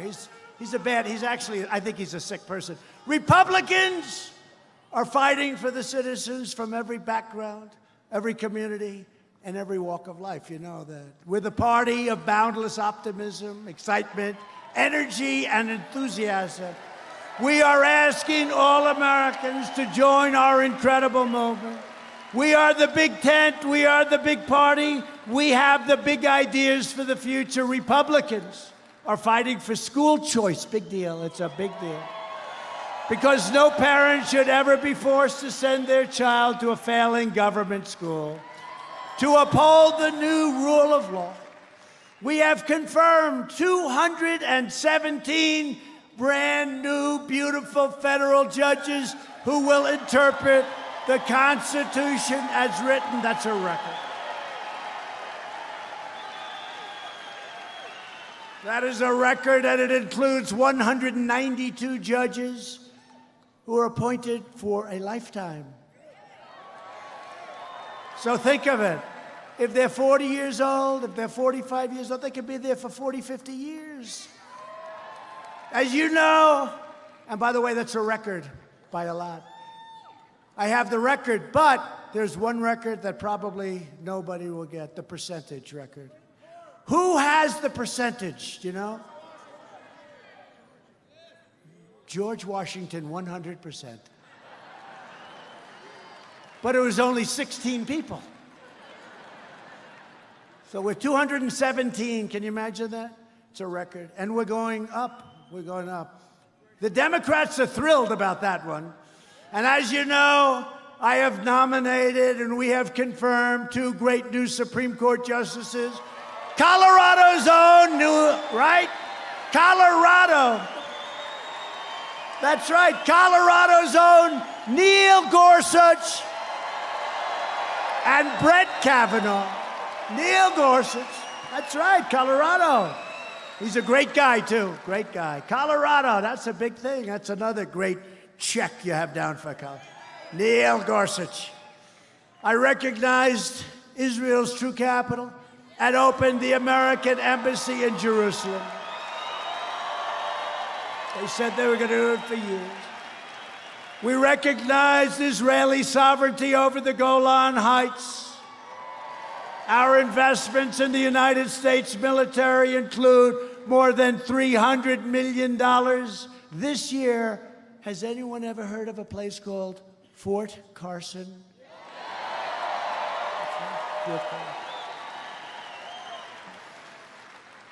Another place, Peterson Air Force Base, you know that. Another place, the Air Force Academy, you know that. And Schriever, right? Air Force Base, Schriever. Schriever! Was that right? Schriever, right? Schriever, that's a little tricky one. That's why it took me a little while. I'm looking at that sucker, I'm saying Schriever, right? Thank you, that's very nice. He saw he was having a little trouble with that one. That's tricky. You don't like to mispronounce a word, like you come to a great place like this, and instead of calling it Fort Carson, you call it Fort Crasson. And they say, oh, this guy doesn't know anything about us. Now, a lot of money going into Fort Carson. It's great. For years, you watched as your politicians apologize for America. You saw that? Oh, it's like to apologize. We don't apologize. Now you have a president who is standing up for America. And we are standing up for the great people of Colorado. At stake in our present battle is the survival of our nation. If you want your children to inherit the blessings that generations of Americans have fought and died for, they wanted to secure these great rights that we all have, then we must devote everything we have toward victory in November of 2020, November 3rd. Only this way can we save the America we love and drain the Washington swamp once and for all. We'll get it finished. We'll get it finished. They're bad people. They're all over the place. They're bad people. With your help, we will lift millions more of our citizens from welfare to work, dependence to independence, and poverty to prosperity. You know that, right? Together, we will elect a Republican Congress to create a fair, safe, sane, and lawful system of immigration. We will continue to enact great new trade deals like we've been doing. I'm going to India next week, and we're talking trade. They've been hitting us very hard for many, many years, but I really like Prime Minister Modi. We got to talk a little business. They've been hitting us hard. They give us tariffs. One of the highest in the world is India. But I hear they're going to have 10 million people. They say anywhere from 6 to 10 million people are going to be showing up along the route to one of the largest stadiums in the world, the largest cricket stadium in the world, which is brand new and beautiful. But you know what? And the only problem with doing that, Prime Minister Modi said, we will have 10 million people greet you. Here's my problem. We have a packed house. We have a lot of people, thousands of people that couldn't get in. It's going to look like peanuts from now on. I'll never be satisfied with the crowd if we have 10 million people in India. How can I be satisfied if we fill up like a 60,000 seat stadium? Big deal. See, I'm getting spoiled. Well, he said, build a bigger stadium. That's a good one. Colorado, very good. But it's going to result in more products proudly stamped with that beautiful phrase, made in the USA, right? Right, that beautiful phrase. We will achieve new breakthroughs in science and medicine, finding new cures for childhood cancer. They've made such progress. And ending the AIDS epidemic in America. We started a year ago. It should have been started long before in the last administration because they had the technology then. They didn't start it, but we're starting it. We'll have it done within 9 years. It's a 10-year process. Think of that, AIDS. We will land the first woman on the moon and become the first nation in the world to plant our flag on Mars. And you have a lot of that action happening right here. We will defend privacy, free speech, religious liberty, and the right to keep and bear arms.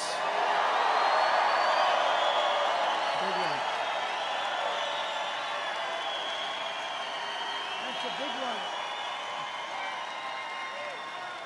one. Above all, we will never stop fighting for the sacred values that bind us together as one beautiful America. We support, protect, and defend the Constitution of the United States. We stand with the incredible heroes of law enforcement. We believe in the dignity of work and the sanctity of life.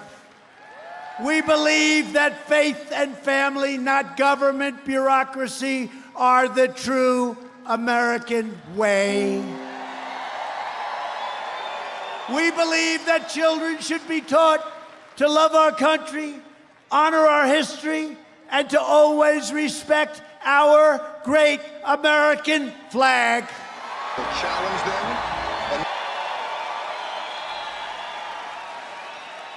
And we live by the words of our national motto, "In God we trust."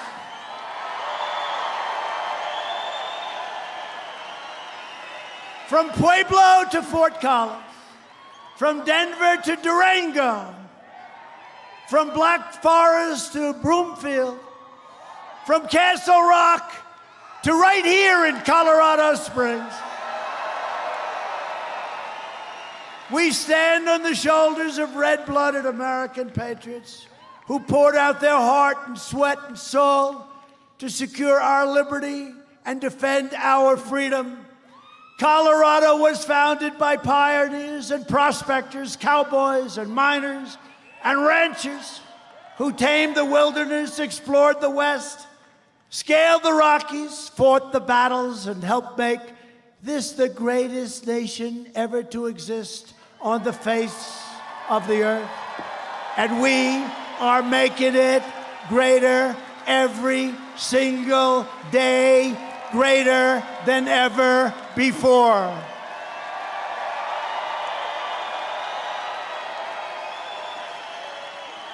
Proud citizens like you help build this country, and together we are taking back our country. We are returning power to you, the American people.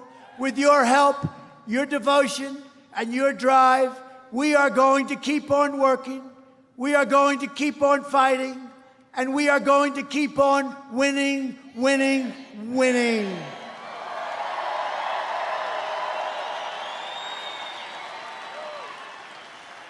We are one movement, one people, one family, and one glorious nation under God. America is thriving like never before. And ladies and gentlemen of Colorado, the best is yet to come.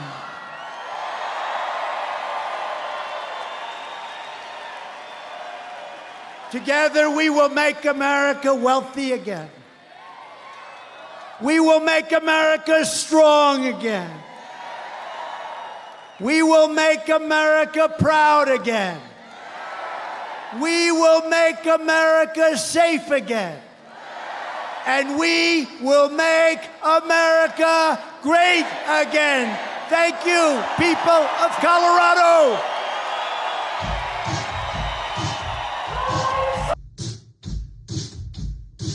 There it is, folks. Shady, welcome back. Holy moly. Did you see those live Q drops, bro? Wow, right as he said Q's. Wow. He literally said Q's and Q dropped. And Q dropped, and it was about Kashyap Patel. So we're going to head on over there, Shady. Let me cruise over to my... That guy is on fire, bro. He's talking right to us. He's talking right to us. And what were we talking about earlier? We're talking about unity, right? So we're going to yes, you're talk talking about stop attacking Patriots. That's right, and that is absolutely right. So let's cruise over to our other Windows capture here. Let me just make sure I got it. Yeah, doop. And let me just make sure I got the right one over here. Get them first, and don't forget me. I don't want to forget you. I'm not forgetting you. I want to see. Hold up, guys. Let me just get the right... yeah, there we go. We got the right one. Let me just share that with you, Mr. Groove. There you go. All right, you see it there, All right, Shades? now I'm with you you. got it. All right, so you're with us, guys. Press 17 if you love that rally, dude, and a 45. Let's do a 17-45 together because together we're stronger. combo. That's right. Let's do a double. Your screen sharing is paused. Let me just resume. There we go. All right, we're resuming. So let's just cruise over to the Q drops because this was absolutely amazing. The puzzle is coming together. This goes over to... let me just turn this down a little bit. This goes over to Brog the Frog over here. And this is a Q proof. Forgot to... oh, there we go. We're following each other now. Kash Patel. This is a Q proof. Kashyap Patel, name to remember. And there was also a Twitter account right here going over to Natasha Bertrand. Breaking now, Kash Patel, a former NSC official who played a key role as a Hill staffer, is helping GOP discredit the Russia probe. It is now a senior advisor for the new acting DNI, Richard Grinnell, according to 4 people familiar with the matter. But wait, I just had something on CNN where they were saying, Russia, Russia, Russia! It was Russia. Russia! It's Russia. Russia. That's all we know. Here we go. And this is the NSCA who worked to discredit the probe. Moves to senior ODNI post. Kash Patel, a former acolyte of Devin Nunes. Wow, Rep. Devin Nunes is now a top advisor to the Office of National Intelligence, guys. Wow. Things are getting good. Oh, wow. So that is amazing. We can, so here it is right here, Shady. Patel, who did not immediately respond for a request for comment, joined the National Security International Organizations and Alliance Directorate last February, was promoted to a senior counterterrorism role at the NSC in midsummer. He had previously worked with Rep. Devin Nunes, top staffer on House Intelligence Committee, and was the lead author of a report questioning the conduct of the FBI and DOJ officials investigating Russia's election interference. Republicans later used that report to bolster arguments that probe was a plot to take down President Trump. And now look, we got Roger Stone that says he's lying to the FBI. We got all these other people that lied to the FBI. The FBI lied to the FBI. But wait, they're Democrats. They don't have the same justice, oh, right. do they? They donate to Democrats, and then they cover for their quid pro quos, don't they? Quid pro quo. Yeah. Quid pro quo. Quid pro quo. And I'm look, glad everybody understands what that means these days. That's right. And let's go to the next one, Shady. This is another one. This is Q-proof with little Shady guy. Look at the little Shady Brog the Frog. I know. I saw. Yeah, the little Shady guy. Little Shady guy. And this is 228-2047. And Q-proof Kash Patel, QAnon, name to remember. And then there's a breaking now. Baker's already noted, missed heaps of other crap, but just got this. Primary purpose of referencing Twitter accounts. According to that, it's like a laser of their bad, right? Oh, yeah. That's what they keep saying. Right? So if you're queued, you're bad. That's what they tell us. Wait, no. So what does Q say? Let's decode this together, Shady, real quick. Go ahead and read it. But wait, it's going to take a minute. We're going to have to calm the waters and get your mind clear. Read. No. All right. No. No. All right, go ahead. I'm ready. You can get there. Just a little bit more. We almost there. Okay, Shady, read there it. We are. Let's decode this, guys, all together. All right. Together, you are invincible. Connected. United. Where we go one, we go all. Q. How many exclamation points are there, guys? There's at least 3. How many X's? How many O's? There's 3 of those. I know. All right, so primary purpose of referencing Twitter accounts, like we've seen Carly, Matrix, Shady. I haven't seen Red Pill get queued yet. Have you? Maybe he was. I don't know. Maybe he was. But anyways, Joe M, we all need to be united, folks. iPod, all of us need to be united. Praying Medic, we all need to be united. Enough of the bickering, unless it's something different. Well, and enough of the boards sending people to go after people on Twitter because of whatever their specific agendas are that Q and POTUS tag. Yep. That's what they've been doing. They've been doing that in the background for months. Yep. So, guys, let's answer this question. Where we go, one we go. Type your answer. Type your answer. Right, don't tell them the answer. I'm not going to tell you. Where we go, one we go. It's like Jeopardy. Da, na, na, na. Da, na, na. Da, na, na, na, na.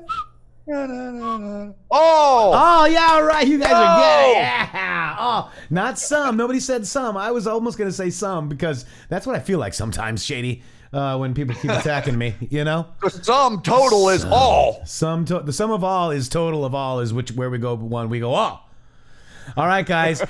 They fear an awake public. You know what was funny too, Shady? I had just, this meme was posted under one of my last Q posts. And Jackie actually posted that link before Q posted it, apparently. But look at this. We, the people, represent an existential threat. And we were talking, I was dropping stuff on that. We're the cure. We, the people, are the cure, guys. And that is true, guys. So here it is. They fear an awake public. Each Q proof proves our strength, too. Thank you, Q and Q+. You have come far, Anons, Patriots. You are ready. Prepare for the storm. The ship beneath you is not a toy, and sailing's not a game. So why the hell do it? Bill's character, Mr. Preston, of which you are in desperately short supply. They came from different places. And this Ocean Academy isn't recognized as accredited. It'll be a good thing, Dad. They sailed for different reasons. I don't want to be what I was when I left. There you go. Anonymous. But there was only one way. We'll do it together. I can't. Climb! To survive on his ship. I will challenge them, and they will come together. Become a team. Where we go one, we go all. Because where he was taking them... What are they doing? Claiming their place in the world. ...could not be measured in miles.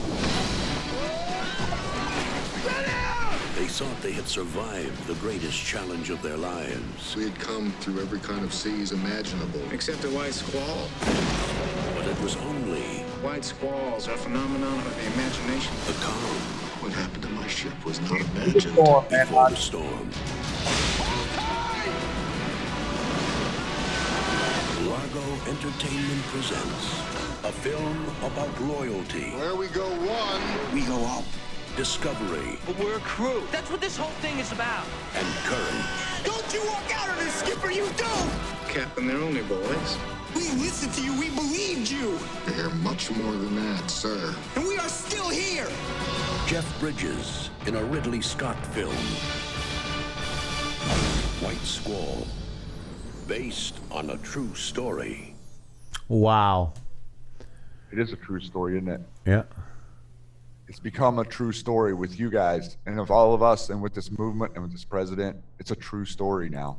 It's something that we're going to look back on 10, 20 years from now and just be in awe of what happened in these last couple of years before things got put right. Yep. I also have this in a tweetable if you guys would like it. I ripped it. And boom. Thank you, Q, for calling for unity. Where we go one, we go all. That's right. Because we, the people, represent an existential And listen threat. to the way the president was talking, and look what happened yesterday. I mean, like this is an amazing movement for freedom on planet Earth. That's I right. mean, really. Like the push is made. We have broken past the breakers. We are out to sea. We have succeeded in breaking the mainstream media narrative. That's right. That's what we did. That's we right. broke it. We broke it, guys. And you guys Good have work. come far. Are you ready? We are ready. Prepare for the storm, guys. I'm telling you guys, this is absolutely amazing. And I wanted to go back over this with Shady, too. Shady, I'm going to come back up here to this post. All right. Yeah. Right. Let's see. Where we go. One, we go some. No. Oh, gosh. I got to get that out of my head. Oh, what did you think about this Q proof, guys? Right here. JD, do you see that? Seems very fair. Seems right. Seems fair. Yeah. I mean, you know, what's good for the goose is good for the gander. Oh, wait. That doesn't show that, does it? No. Huh. That actually shows a severe bias, doesn't it? Severe. Biased. Yeah. And he actually held up the thing too. I wanted to go over this with you, Shady, because that is from our now defunct intheMatrixxx.com/Q posts. Somebody used this, and around 6:29-ish, 6:30, our numbering screwed up. Right. And we just decided to kind of close it, and then we just moved it over to another area. So they used this post, and that number is screwed up, guys. But it was relevant with Epster, Wexner, and all that, and the story goes much deeper because there was, a lot of Epstein and Wexner news, and I think we need to get back, that back out into the public mindset. But look at this. This is the post, and that's from our site, guys. And then look at there it is there. But wait, where did it go? I thought I had another post on this. Do do do do do do do. We're gonna do the Jeopardy music for Matrix now because he just did not find the decode there. Where is it? Where did it go?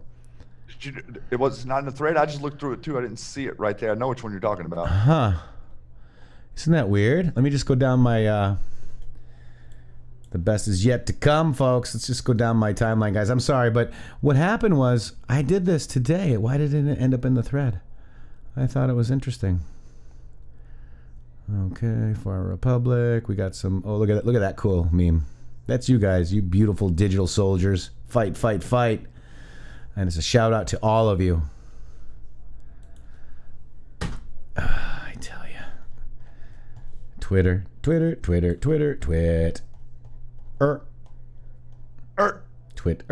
All right, we went through this. All right, the Canadians take off a. All right. Oh, did you see this? We gotta watch this. This is Mike Bloomberg at the debates. Time they can listen to me. Like I do this all the time. If I go out, then I'll listen, Linda. Listen to me. Then I'll listen. I just can't. So funny. Wow. Listen, Linda. And that was funny without Mike Bloomberg's head on it. All right. I know, but man, the Mike Bloomberg head just kind of does make it good. Here we go, Shady. I found it. Okay, so we went through this. This is our post. We not got that. But if you look at 3365, look where it leads to, Shady. Right there. 3365 is actually where we go when we go all. Pain. So now we're talking the new Q post. Keep in mind pain. And we've got this one right here. You're ready for the storm, guys, right? Prepare for the storm. Yep. And then united together. Very interesting, guys. Lots of where we go, when we go all there, right? Yep, and we've been calling for where we go, when we go all from Q as well. And we got one today. A little late, Q, but we'll take it. I'm just teasing. But how amazing is that, guys? What an interesting adventure we have been on through the time loop here. Right. And I want to, he brought up Dana too. Do you want to watch Dana's that speech from July 19th? Did you see that? I think I do. Yeah, I do remember this. Yeah, let's just take a brief look at some of this. Here we go. The Ultimate Fighting Championship Mixed Martial Arts Organization, Dana White. What's up, GOP? Good evening, everyone. My name is Dana White. I am the president of the Ultimate Fighting Championship. Thank you. I'm sure most of you are wondering, what are you doing here? I am not a politician. I am a fight promoter. But I was blown away and honored to be invited here tonight.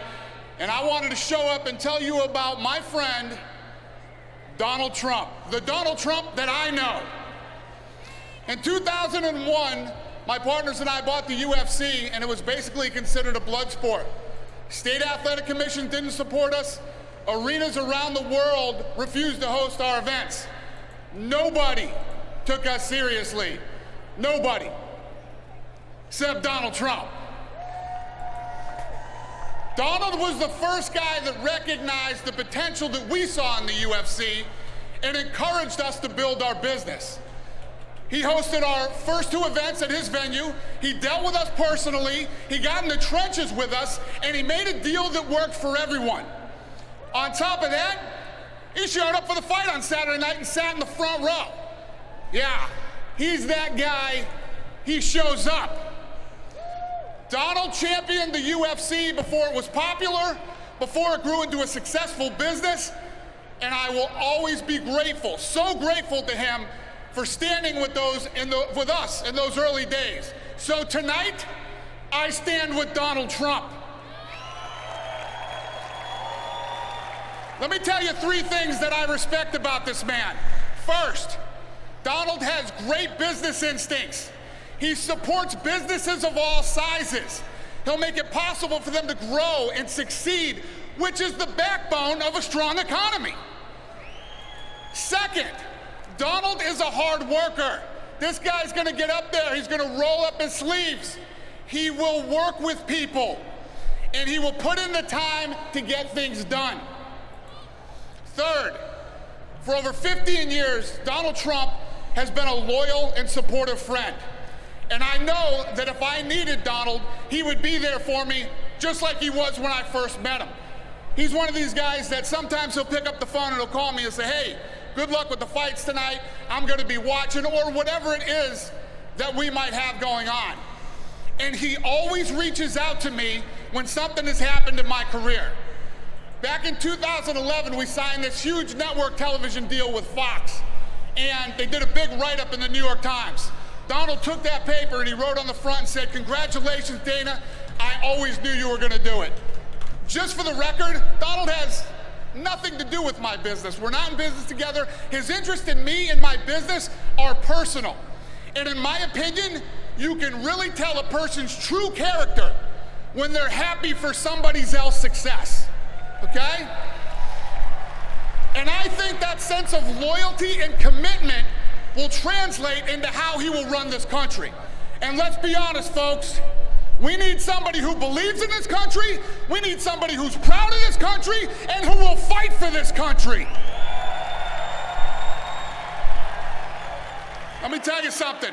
I've been in the fight business my whole life. I know fighters. Ladies and gentlemen, Donald Trump is a fighter, and I know he will fight for this country. Thank you very much. Have a great evening. Thank you, Dana White. That is amazing. Yes, a couple of my favorite people. Dana White. You know, you got Joe Rogan. Joe Rogan was just talking about Q on his show. That's pretty amazing, Shady. Yeah, it really is. I'm seeing a lot more people talking about Q. Yeah. And remember, guys, it's where we go when we go out. We've been talking about this pretty much the whole time, Shady? Yeah, the whole time. The whole time. Not just like, just recently. No. Pretty much like all the ways? We're getting there. So we learned how to decode that, didn't we? It took a while to figure it out, though. Where we go, when we go, all means. I mean, it was kind of tough, though. I mean, it took hours to decode. Yeah, the stubborn is thick.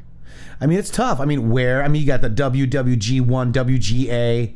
You got a where we go one, where we, that's you and me. Or is that just you and me, Shady? And then we go all. Is that just you and me, Shady, all? Where we go one go we? Shady. I mean, this was a tough one, guys. This really was a tough one. What? Is that funny? All right, guys. Yes, Shady went to the rally, Paul. Who was it? No, Karen asked that. It was amazing. Shady, do you want to just give a quick just rundown on the rally, and I think we'll just head on out of here. Yeah, man. I got back right whenever we started this, and so I had a great time. I met a lot of wonderful Patriots yesterday. I got to hang out with Mac there in the chat, and with quite a few others as well. I want to get a big long rant in about it tomorrow, but it was stunning. You met Lori, right? Too Lori Bango. I met Lori Bango. Yes, I met who I got to meet Nunya Business from in here. Oh, no way. Yeah, it was her birthday today. Happy birthday, Nunya. Happy birthday to Nunya to be there yesterday. But I got to sit with them and watch the rally together. We did, we were all participating in the wave going around the stadium, and The parking lot was just fantastic. I'm a little sunburnt and road worn, but other than that, I'm good. I made a quick trip. We found a little window, and I was like, you know what? Phoenix is close enough. Yep. And I had an amazing time at Mar-a-Lago yesterday. I don't know if I told you guys everything about it yet, but maybe we'll talk about that tomorrow on the show. And we played earlier today, Shady. We played Lori Bango, the other Here song. Comes the Pain? Yeah, we're going to play Here Comes the other one earlier. Yeah, we're going to play Here Comes the Pain now because you guys are ready. Prepare for the storm. Boom.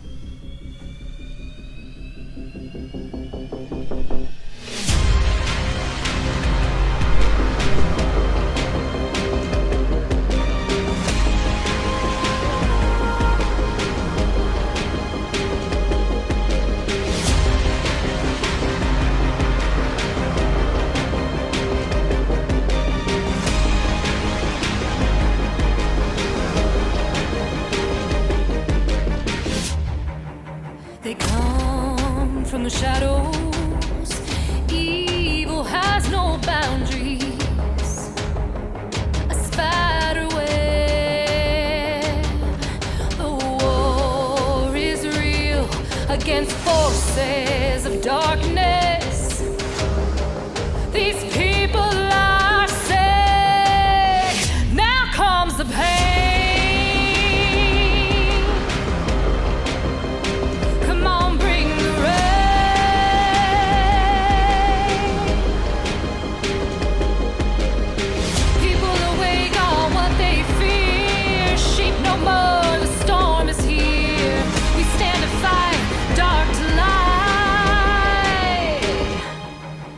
Trust the plan, the future proves past.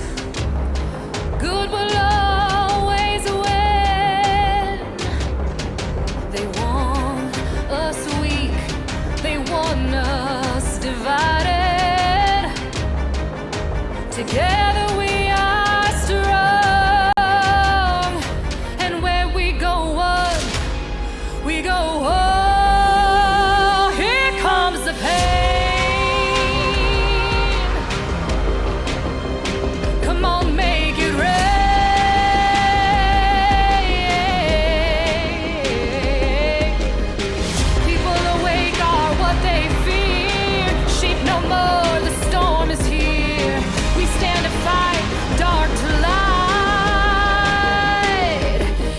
The pain.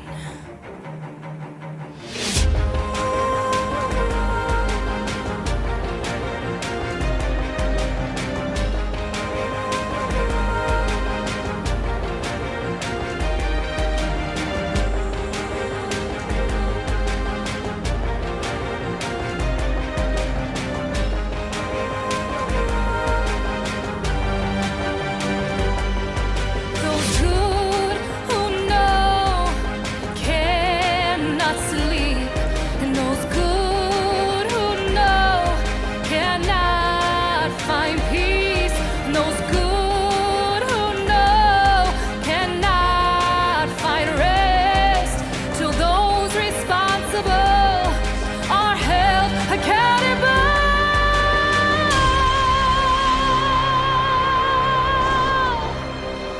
Now comes the pain.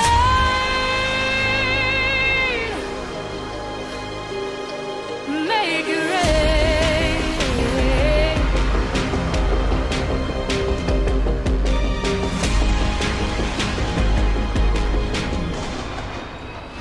Here comes the pain. You guys are ready. Come on, make it rain.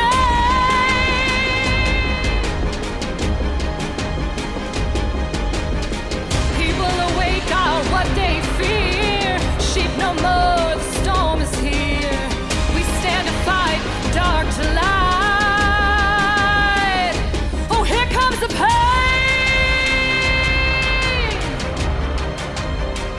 Now comes the pain.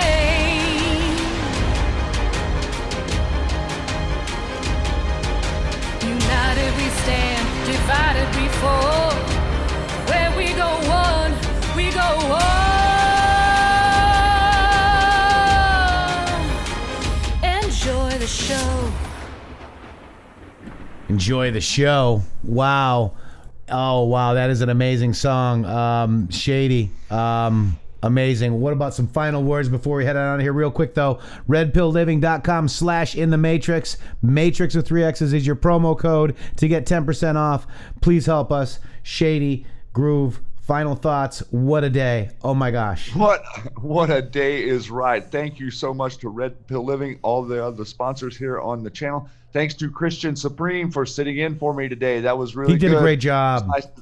Nice to see the banter back and forth. Nice to see everyone wanting their voice to be loud and proud and heard, my friend. And man, I think there's a lot of stuff right on the brink of being realized in this country. And you guys that are in this chat, you have the truth. Remember that. You're the stewards of the truth on all of these topics. Doesn't matter what the fake news says. We're the stewards of the truth. And going forward, this is just going to get better. It is, guys. And we're going to get out of here with... Wait.